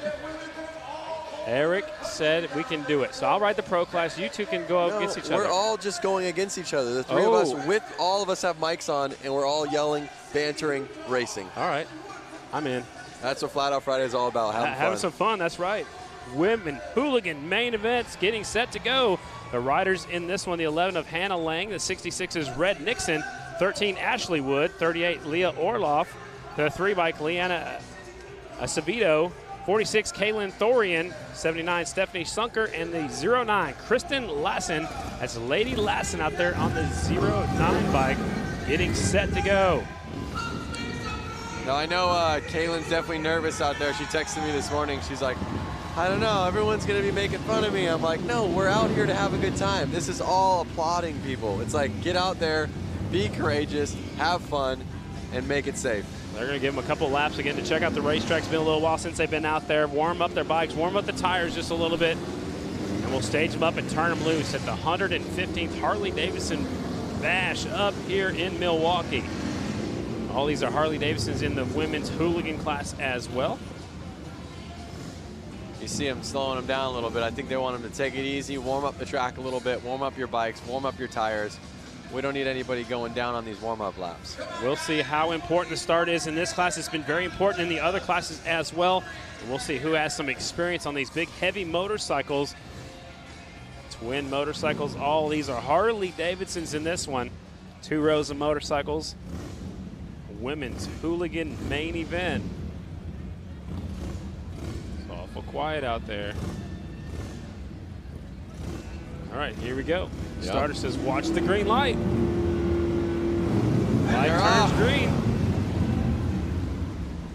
Rider from the inside goes a little bit wide. Here comes second place up the inside. They are not letting off. Elbow to elbow right there. 38 out in front. Leah Orloff. And she's having problems. The 11 comes by. She was looking down at her gear shifter going, wait a second, why am I in neutral? Battle for the lead. Now it's the 11 and the 38. Can the 38 get back out in front? We're going to have to see what happens. They're on it. Last lap, 10.41, so you're right there. They're not too far off the pros. Nope, they really aren't. Really tight course here at Panther Arena. Out in front, Hannah Lang showing the way. Lap traffic up next. I like her outfit, pink and black. One of the things that's interesting is that a lot of these girls out here, they ride Harleys on the street, and they're used to wearing probably more of a leather boot, tennis shoe, something like that. Now they're out there in motocross boots, and that's going to make the shifting and the brakes feel so much different. Absolutely. So picking up one of the riders over here that fell down coming off a turn before. They keep on going, though. Halfway through this main event, our women's Hooligan main, it's still the 11 bike out front, the long blonde hair flying behind her helmet. Hannah Lang out there in the lead. Looks like Orloff is taking over second. Lady Lassen now is up to third. Nixon is in fourth on the 66 bike. What's she got to do to win this one now?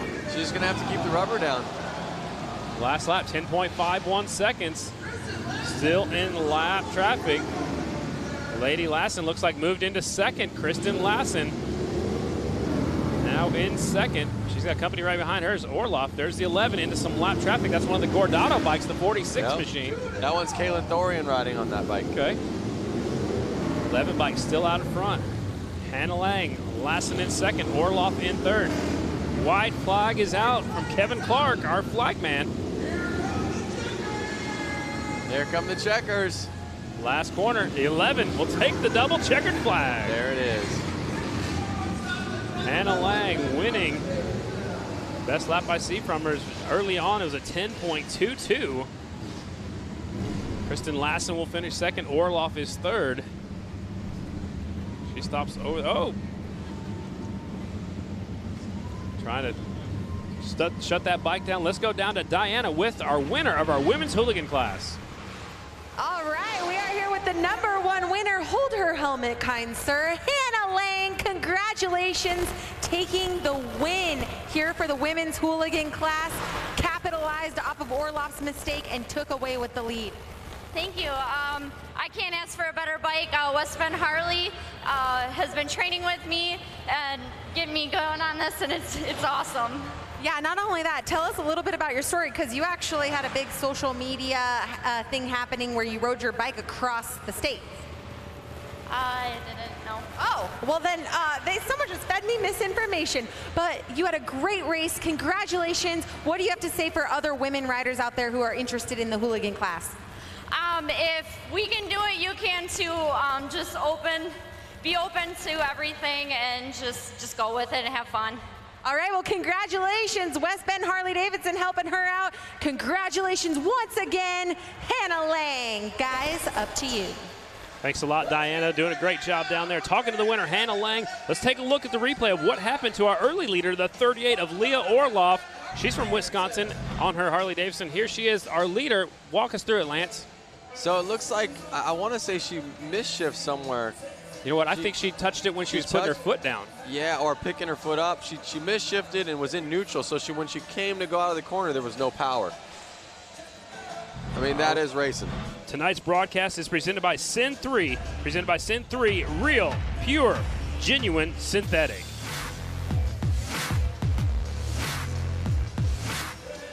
Coming up next is our vintage main event. The vintage motorcycles are coming up next. I don't hear them fired up just yet. So let's go over the rules. Vintage rules, riders must be 18 years old or older. Bikes must have brakes. Engines are 1981 or earlier. So they got to be old motorcycles. Not necessarily the riders, but the motorcycles must be from 1981 or older. Riders in this one, a bunch of them, ladies and gentlemen. The 88, Kyle Nagelkirk from Milwaukee. The 110 is CJ Weiniger. 89X is Robert Boleski. 17, August Zertsky. The 50 is Pete Skipworth. The 20 is John Erdman. The 13, Craig Schmidt. 99, Adam Munzinger. And the 08, Travis Kestel. Most of them are from Wisconsin. There's one rider from all the way from Schenectady, New York. There's one from Minnesota and one from Illinois. Everybody else is from right here in Wisconsin. Several Yamahas, 2 Hondas, and 1 Triumph out there in this one. Open vintage motorcycles. Lance, what do you think about riding a vintage bike on this tight course? I think it's fun. I think the thing is that there's so many different style bikes in the vintage class. Just like you were saying, there could be a Triumph, there could be a Honda, there could be a Harley. It's one of those things where there's such a cross of bikes that I'm not sure which one's going to be the best one out there. The light turns green and air off, some of them better than others. Leader got a little bit sideways. New leader off of turn number 2.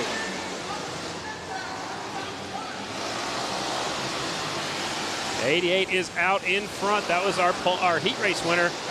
Nagelkirk is leading. He's got a big lead already, Lance. Yep, he's taking off. He's putting the power to the ground. He's staying smooth. It's all about staying smooth.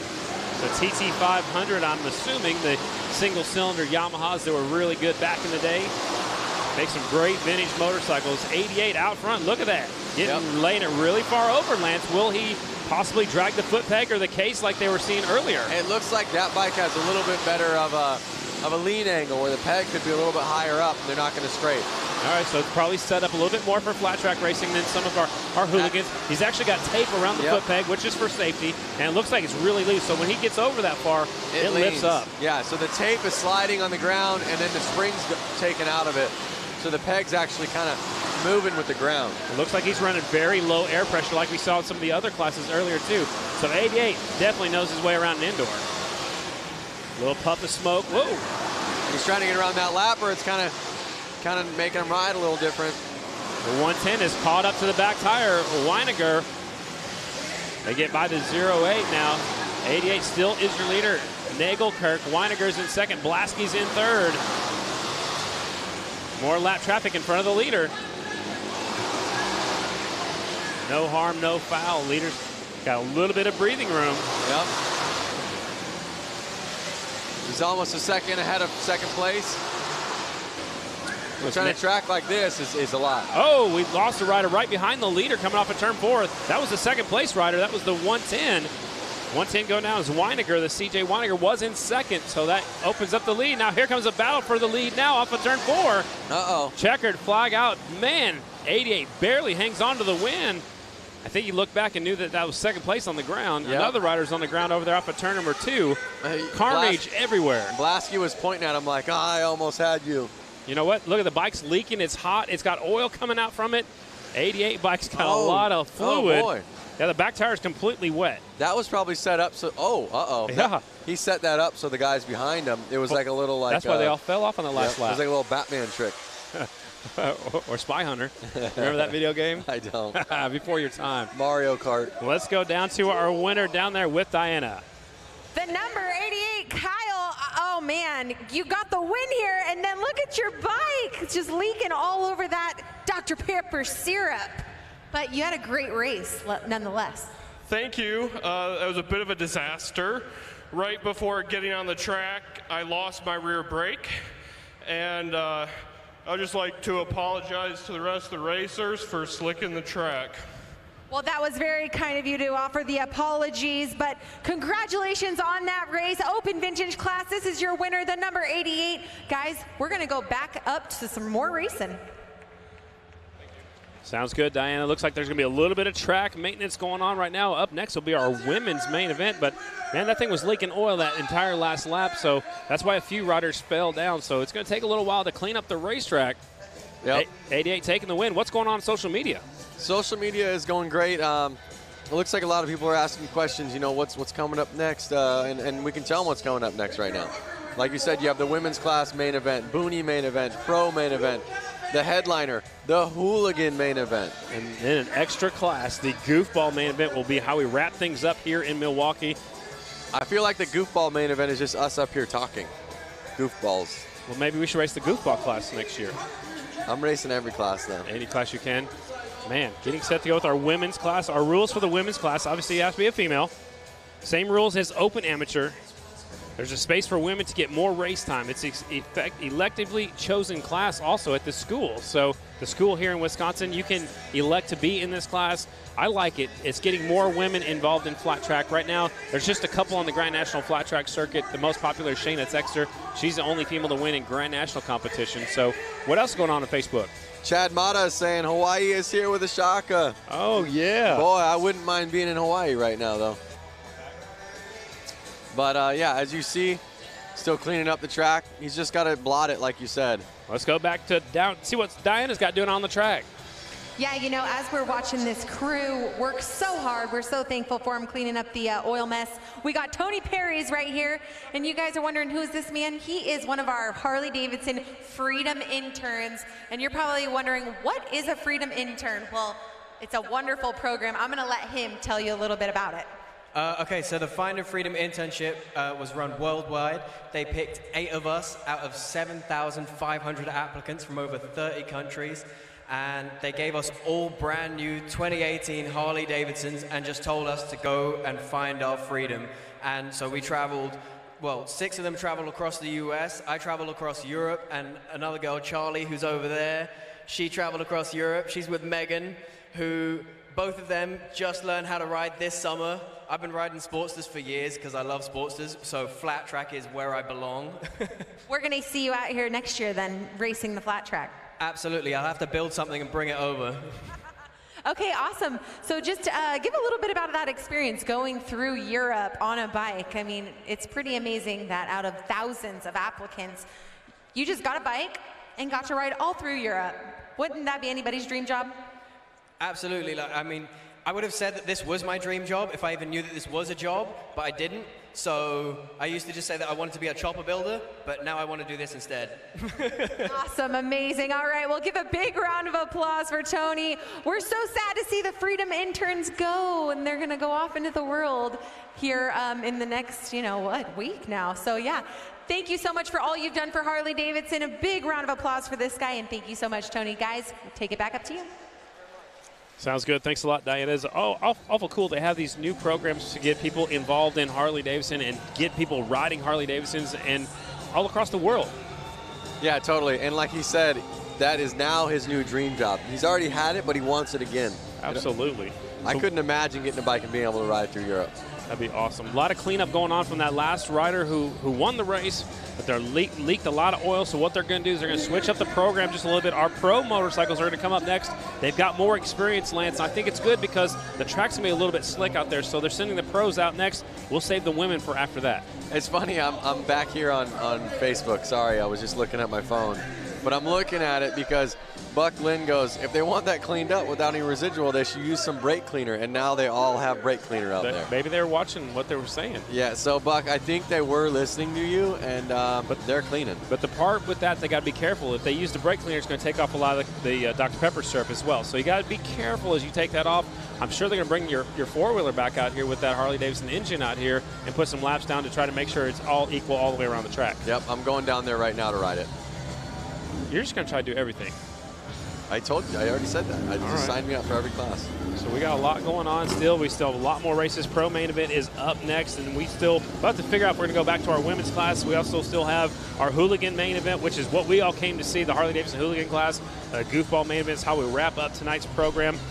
And the women's is on here. We just skipped them, and there's your quad. I thought you were going down there. Well, they wouldn't let me. Because you had to stay here. Yeah, they locked me in. Is that why you have handcuffs on? To keep you right here? I'm handcuffed to the chair. Yeah, you're not leaving. You're not leaving. Exactly. So there's the quad, and Harley-Davidson engine in there. It's got a lot wider tires than all of our motorcycles, so he's going out there right now just to try to put some rubber down, try to make sure it's not slick where that oil spill was. So our pros will be up next, then our boonies, and then our women's main event. Then we're probably going to get into our hooligans and then wrap things up with our goofball main event. So lots of fast guys signed up for the pro class this year. There are 6 entries, it looks like, going to make it into the main event. Fun crowd out here at the Panther Arena. University of Wisconsin, Milwaukee is where we're at, downtown. When we were here in February for Flat Out Friday, we were at the arena next door. Brought us back over here. They're building a brand new arena just on the other side of the Bradley Center. Man, there's 3 different choices here.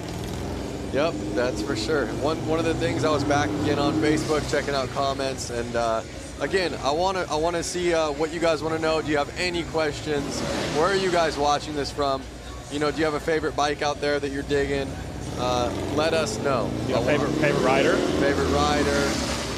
Favorite maybe person on the microphone. Maybe you could just say we know who that is. She's like down there. Listening to Lance. Well, maybe they want to listen to Lance Corey? Yeah, Lance Corey. That's you. That's me. Hey. Hey. Yep. All right, let's see what Diana has going on down there on the track. I am standing next to Marko Lazarovic. All right, if you guys recognize him, that's because you saw him here in February in the inappropriate class. You're in the goofball class.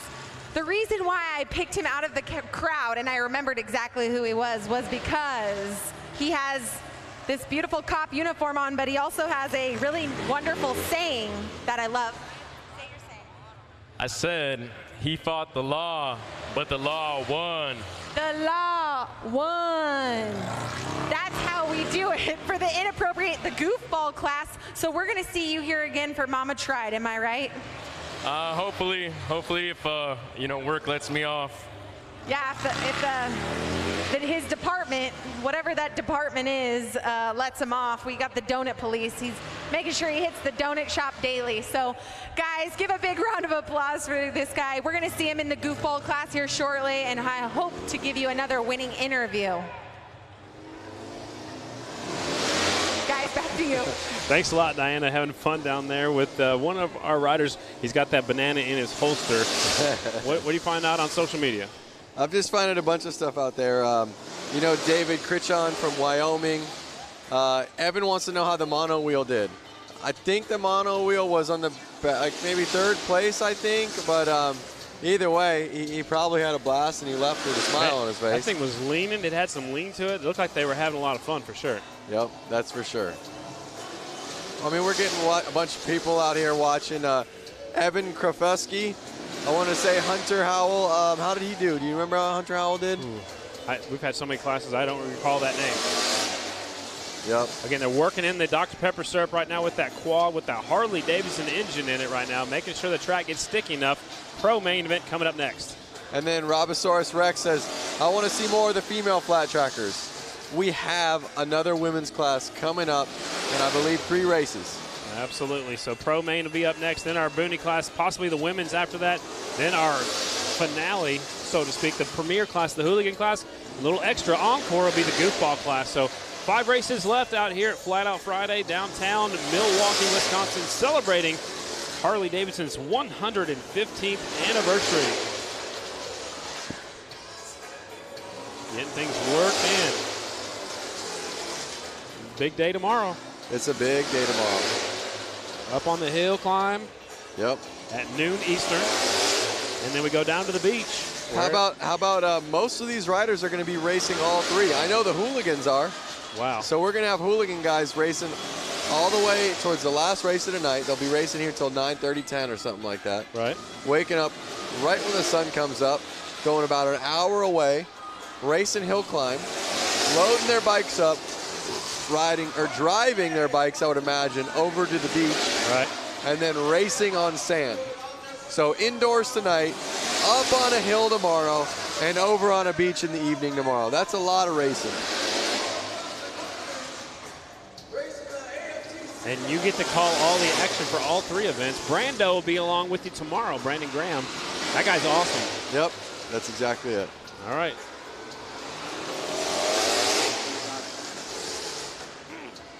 So it looks like one of the pro riders is out there checking it out, making sure it's okay. That's the 57 of Parker Lang. He's from Campbellsport, Wisconsin.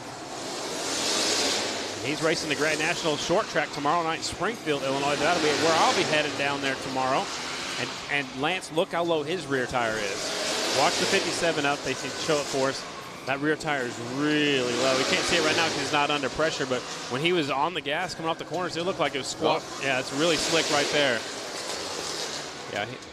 I'm surprised that they're not out there spraying a little bit more soap. I know it takes a while. Syrup. Syrup. Yeah. But it takes a while to set up, and then also when it's freshly on there, it is really slick. Look at that. Some of our bicycle riders out there. What's up, guys? I think that's the winner of the bicycle class over there on the right side. Mama Tried on her shirt, Fuel Clothing on the front. Yep. Love it. Showing off the sponsors. Yep. Taking family photos. Yeah. Little punching going on. That's what brothers and sisters do, right? Or brothers? Yeah. I couldn't tell who's up there. Track is just about ready. Pro main event is next. It will be 6 laps. That's Parker Lang on the 57. So now, Lance, it's going to be even more important to stay on the bottom, stay out of that. You can see the streak of oil. Stay out of that streak. See, it's up high right there. He gets on it right there. He gets on it right there on the back straightaway. Now they send out the 222 of Jeremy Orr. So they got to make sure the track is okay before we turn him loose. That's just so crazy. Well, the least bit of fluid, he hits it right there. See, you see a little twitch in the motorcycle. Well, hey, you know what? It's an even playing field for the riders out there. So, you know, as long as everybody's got an idea, it can be slippery. It's a level playing field. Well, it looks like the same spot coming off of 2 and about halfway down the back straightaway. They're talking to right now. That's Jeremy Prack. He's in charge of Flat Out Friday. Mama Tried. And you can see 57 Parker Lang tell him exactly where it's still slick out. The riders in the pro main event, there are 2 riders from Wisconsin, 2 from Illinois, 1 from Minnesota, and 1 from Pennsylvania. Now you can see Jeremy going to check out where the slick spot is.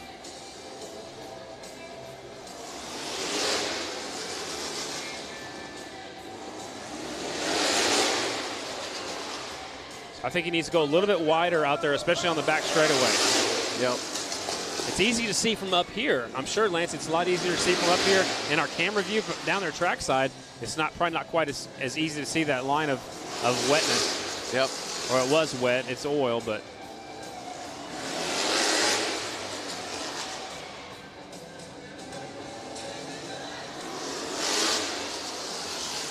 They're actually spraying. Look at that. That's Benny Carlson. He's actually spraying some starter fluid. He's doing it himself out here on the front straightaway. So he is in our Hooligan class. He used to be national number 45. Now he's running letter H. So wow, you just saw him kick it, and it looked like ice. It definitely looked like it slid out from underneath him. So the quad rider, he's out there on the back straightaway trying to continue going through the wet spots. Anything exciting on Facebook? You know, people are ready they want to watch racing, you know, and it's coming. Racing is coming back. They're going to make the track safe, and we are going to get underway. We're going to get to be able to see pros race, boonies race, women's race, and again, the hooligans. And then a little bonus feature, the goofball class will be up last. Yep. There's the 222, that's Jeremy Orr. He'll be racing tomorrow night down in Springfield, Illinois. You can see all the track maintenance right now talking about it. They're stressing to get this fixed. Oh, yeah. They're down there doing the best they can. They got to do everything they can to make the track safe for our competitors. And so we can put out a good show for you fans, too. We don't want to see these people crashing. We want to see them duking it out in a fair race. Yep. So it looks like we're going to see 4-lap mains. They're about to get going. You see them holding up a 4-lap mains. And, you know, you better get out front. You better make it stick. And you better win. You better get a good start. Yep. You can't be slacking on the start. You got to get in the first corner first if you want to battle for the lead and battle for the win. So a 4-lap shootout. These are like, that's how long Dash for Cashes are normally. So it's basically a Dash for Cash, Dash for a trophy out here at Flat Out Friday. Pro riders. 57, that's Parker Lang. He won our heat race. 222, scheduled to start second. That's Jeremy Orr right there in our screen. Now he disappeared. 229, Kyle Weiss from Green Bay, Wisconsin. The 28, that's Blake Vincent from Bloomington, Illinois. And the 25, Shay Knuth from Bloomington, Illinois. And the 48, Cole Feely from Stanchfield, Minnesota. And he is on that Vanilla Cycles Honda. So there's your lineup right there again. Feely on the 48, Knuth on the 25, Parker Lang the 57, Jeremy Orr 222, Blake Svensson on the 28, and the 229, Kyle Weiss on that Honda. So again, 2 riders from Wisconsin, 2 from Illinois, 1 from Minnesota, and 1 all the way from Pennsylvania. Pro main event.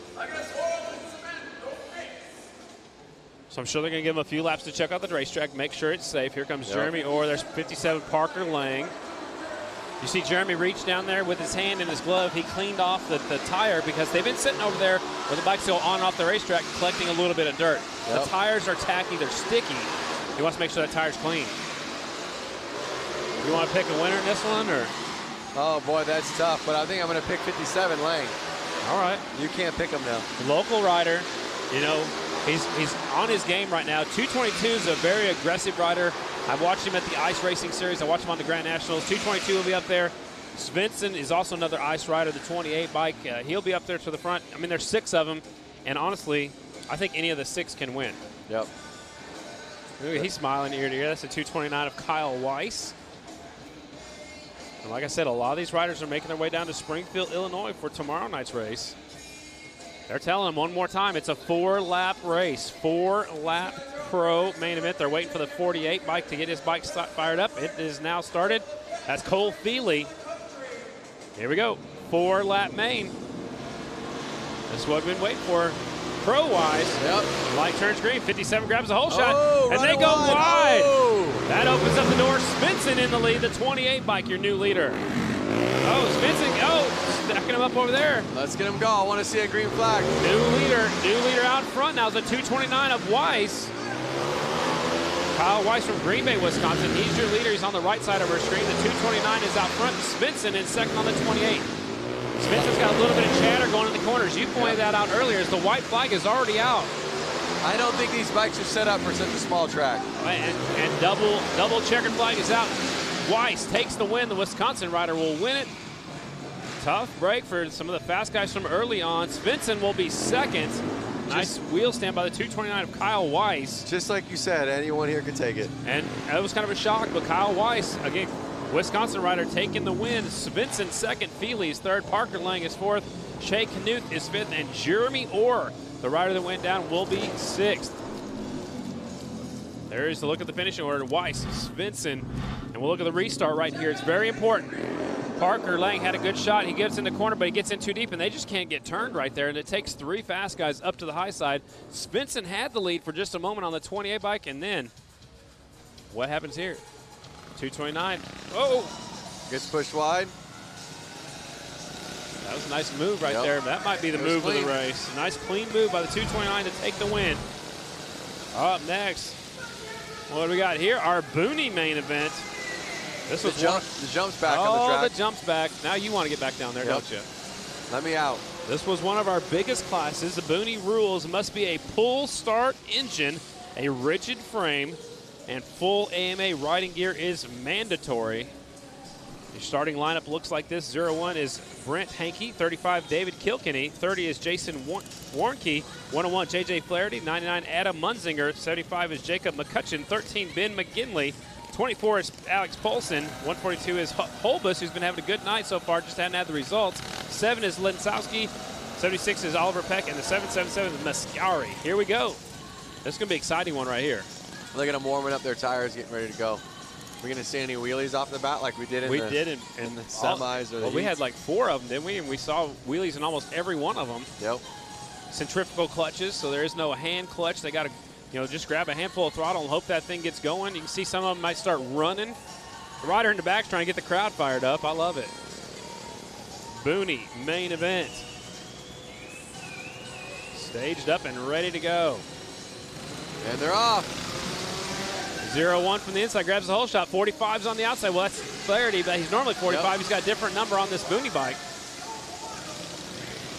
101, your leader. They all passed the jump on that one.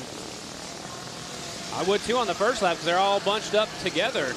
Look at that, leader sliding into the turn number 3. Oh, he's hitting it. See, now it's getting to the point where they're wanting to stay on the inside line. Yeah, the shortest way around. Yep, but they're having to hit the jump. So it's actually, now that all the fast guys are out there, they're having to hit it. Third place went over the jump. Yep. Battle for the lead, 4-lap main event. Flaherty, here comes a 0-1 up the inside.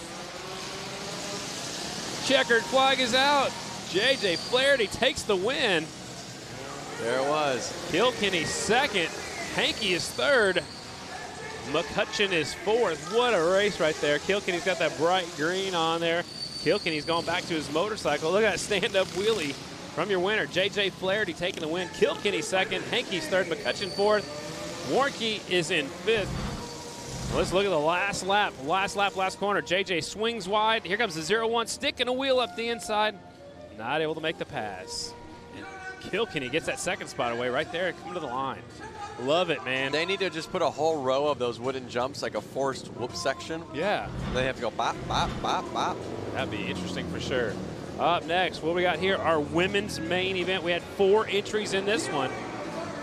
We got a KTM of 4, a Honda, and a KTM. So 2 KTMs, and your riders are the 11 of Hannah Lang. We saw her win the women's hooligan class earlier. 08X Kristen Lassen, Lady Lassen on the 08X, 08 Zaria Martins. So she borrowed a bike from Zaria, and the 17L Leah Orloff, and she is on a Vor. You heard of a Vor? They had those quite a while back. I have never heard of them. I actually was thinking it was misspelled something. No, Chris Carr actually rode a Vor back in Grand National competition. Okay, so it's that flat track looking bike right there. Yeah, there you go. So we got 4 for 4, 4 laps, 4 girls, and they're about to start. And they're off.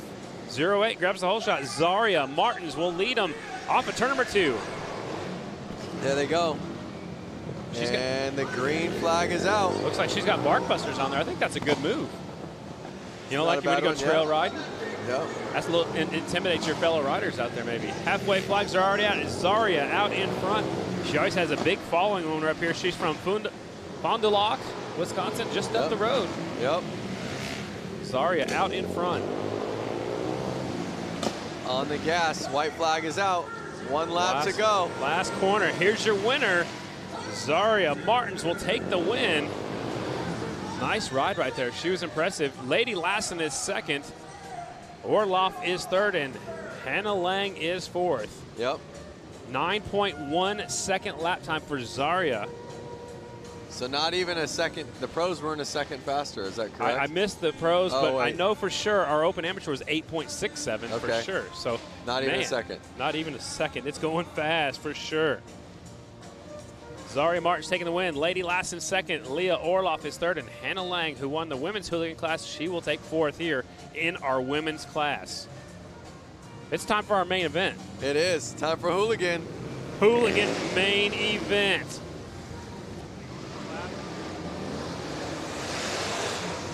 All Harley-Davidson's ladies and gentlemen. It is a 4-lap shootout.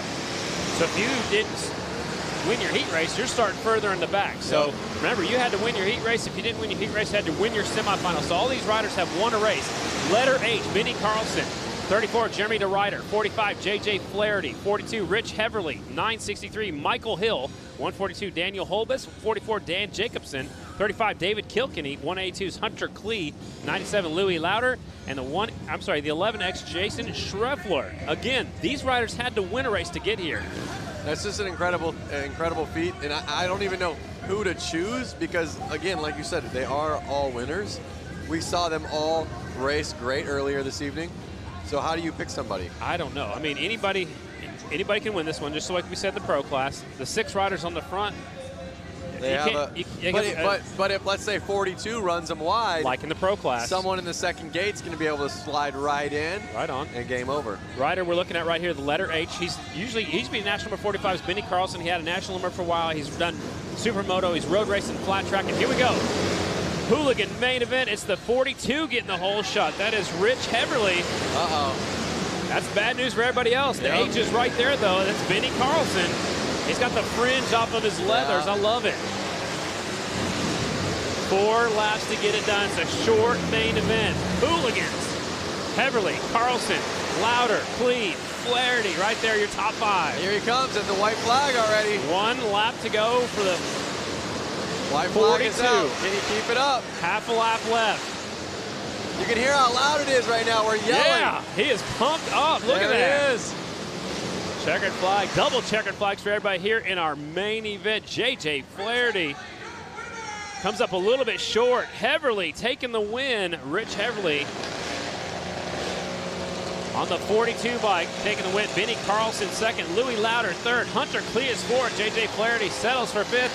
A lot of these guys doing some burnouts. There's Kilkenny on his sports dirt. That's what they came to see, man. The Hooligans. Uh-oh. Oh, he's got They're going to ruin this place. They got some help. They're going to have a smoke show. Remember, we still got one more race to go, so I know Diana's going to talk to our winner here in just a second. I know it's awful loud to talk to anybody. Man, they're having some fun. There were one of the tires that looked like may have just went. Yeah. All right. One more race to go. You can see some of the oil on the back tires of some of those bikes as they were letting it all loose out here. Let's go trackside once again to Diana Dahlgren. Hey guys, so we are down here with the winner, and you know, this is such a big ordeal. You are the Harley-Davidson Hooligan winner of the 115th anniversary weekend. This has got to be a special moment for you. This is the biggest win I've ever had by far, to do it in front of all these fantastic Harley-Davidson fans. Harley-Davidson throws one kick-ass party, and I'm glad to be a part of it. Well, congratulations. Give a big round of applause. Rich Heverly taking the Hooligan win here this evening. Guys, back to you. And he was excited, and he had every right to be. He beat some really fast guys. He not only won his heat race, but he won the main and looked dominating in doing so. No, I mean, when the gate dropped, basically, or the light went off, he took off and he left them. And that's what you got to do. You got to get a good start. You got to, not look back. He did everything he had to do and took the win in our main event. But we have a little extra class coming up next. Yep. They're actually using a leaf blower to blow off all that extra rubber that some of those Hooligan guys left behind. Yeah, and the arena is now filled with smoke. And look at this. It's the Goofball main event. Any motorcycle not traditionally raced, riders 18 years old and older, and that one-wheeled bike is out here that they were asking about on Facebook, so we'll see how he does. This is his main event. There it is right there. Yep, mono wheel. Mono wheel. So it is time for our Goofball main event. The riders in this one: 72, Ronnie Zastrow; 707, Marco Lazurvic; 963, Jim Leslie; 322 is Brian Martins; 15, Scott Johnson; the 3 is Hunter Howell; 777, Alejandro Garrido; 75, Karina Strack; 12, Adam Zeller; 73, Travis Fryer; 49, Kendall Lutchman; 17, August Zaraski. Riders are in this one from all over the place. Most of them are actually from Wisconsin. One from Florida, it looks like, and several different motorcycles. There's the Purple Rain bike. He won his heat race earlier today. Actually, that might have been a semifinal we saw him win. Yep. Representing Prince. Purple Rain outfit themed motorcycle. There's the 75 bike. Uh-oh, we got a wrestler out there, I think. Uh-oh, that's his championship belt. He's got a big chain around his neck. How many of these guys do you think rode their bikes here? Ooh, I don't know. I wonder if that police officer did. He's probably supposed to be on patrol. The 707, Marco Lazurvic. Look at that, Macho Man. He's got that on his glasses. You see that? Yep. Macho Man Randy Savage. That's a unicorn bike a little bit to the left right there. The big unicorn sticking off his side. There's another wrestler. He's got the mouth guard on there like the old style motocross helmets. Yep. I remember that in BMX days for sure. That's a lot before my time. Oh, come on now. You're not that much younger than me. Born in 1990. Stop it.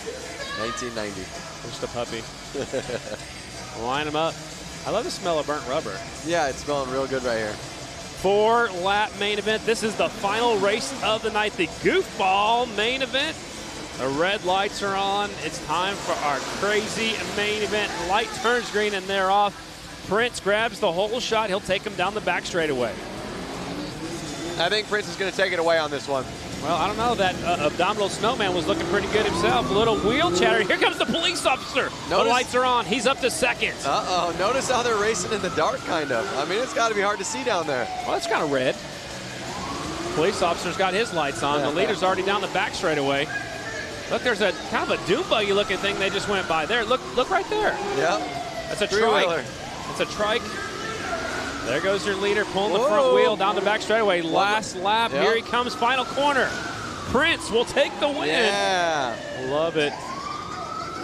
Police officer comes up a little bit short here in the main event. Zastrow taking the win. Man, what a cool race it was. He's going to stop over there. That is Zastrow on the number 72 Prince-themed motorcycle. Zastrow, your winner. Lazurvic second. Zaraski's third. Martins, Fryer, Desile, Zeller, Johnson, and Garrido, and Strack rounding out your top 10. That was the last race of the night. I believe Diana's going to catch up with our winner down there in just a second. What a cool night of racing here at Panther Arena. Let's go trackside once again. Diana Dahlgren, take it away. Oh, there we go. Okay. You guys, Prince, the Purple Rain, he has just won the Goofball class. We saw you earlier today, and you were looking real prepared with the, you know, the Prince setup. How does it feel to take the win here at the 115th anniversary?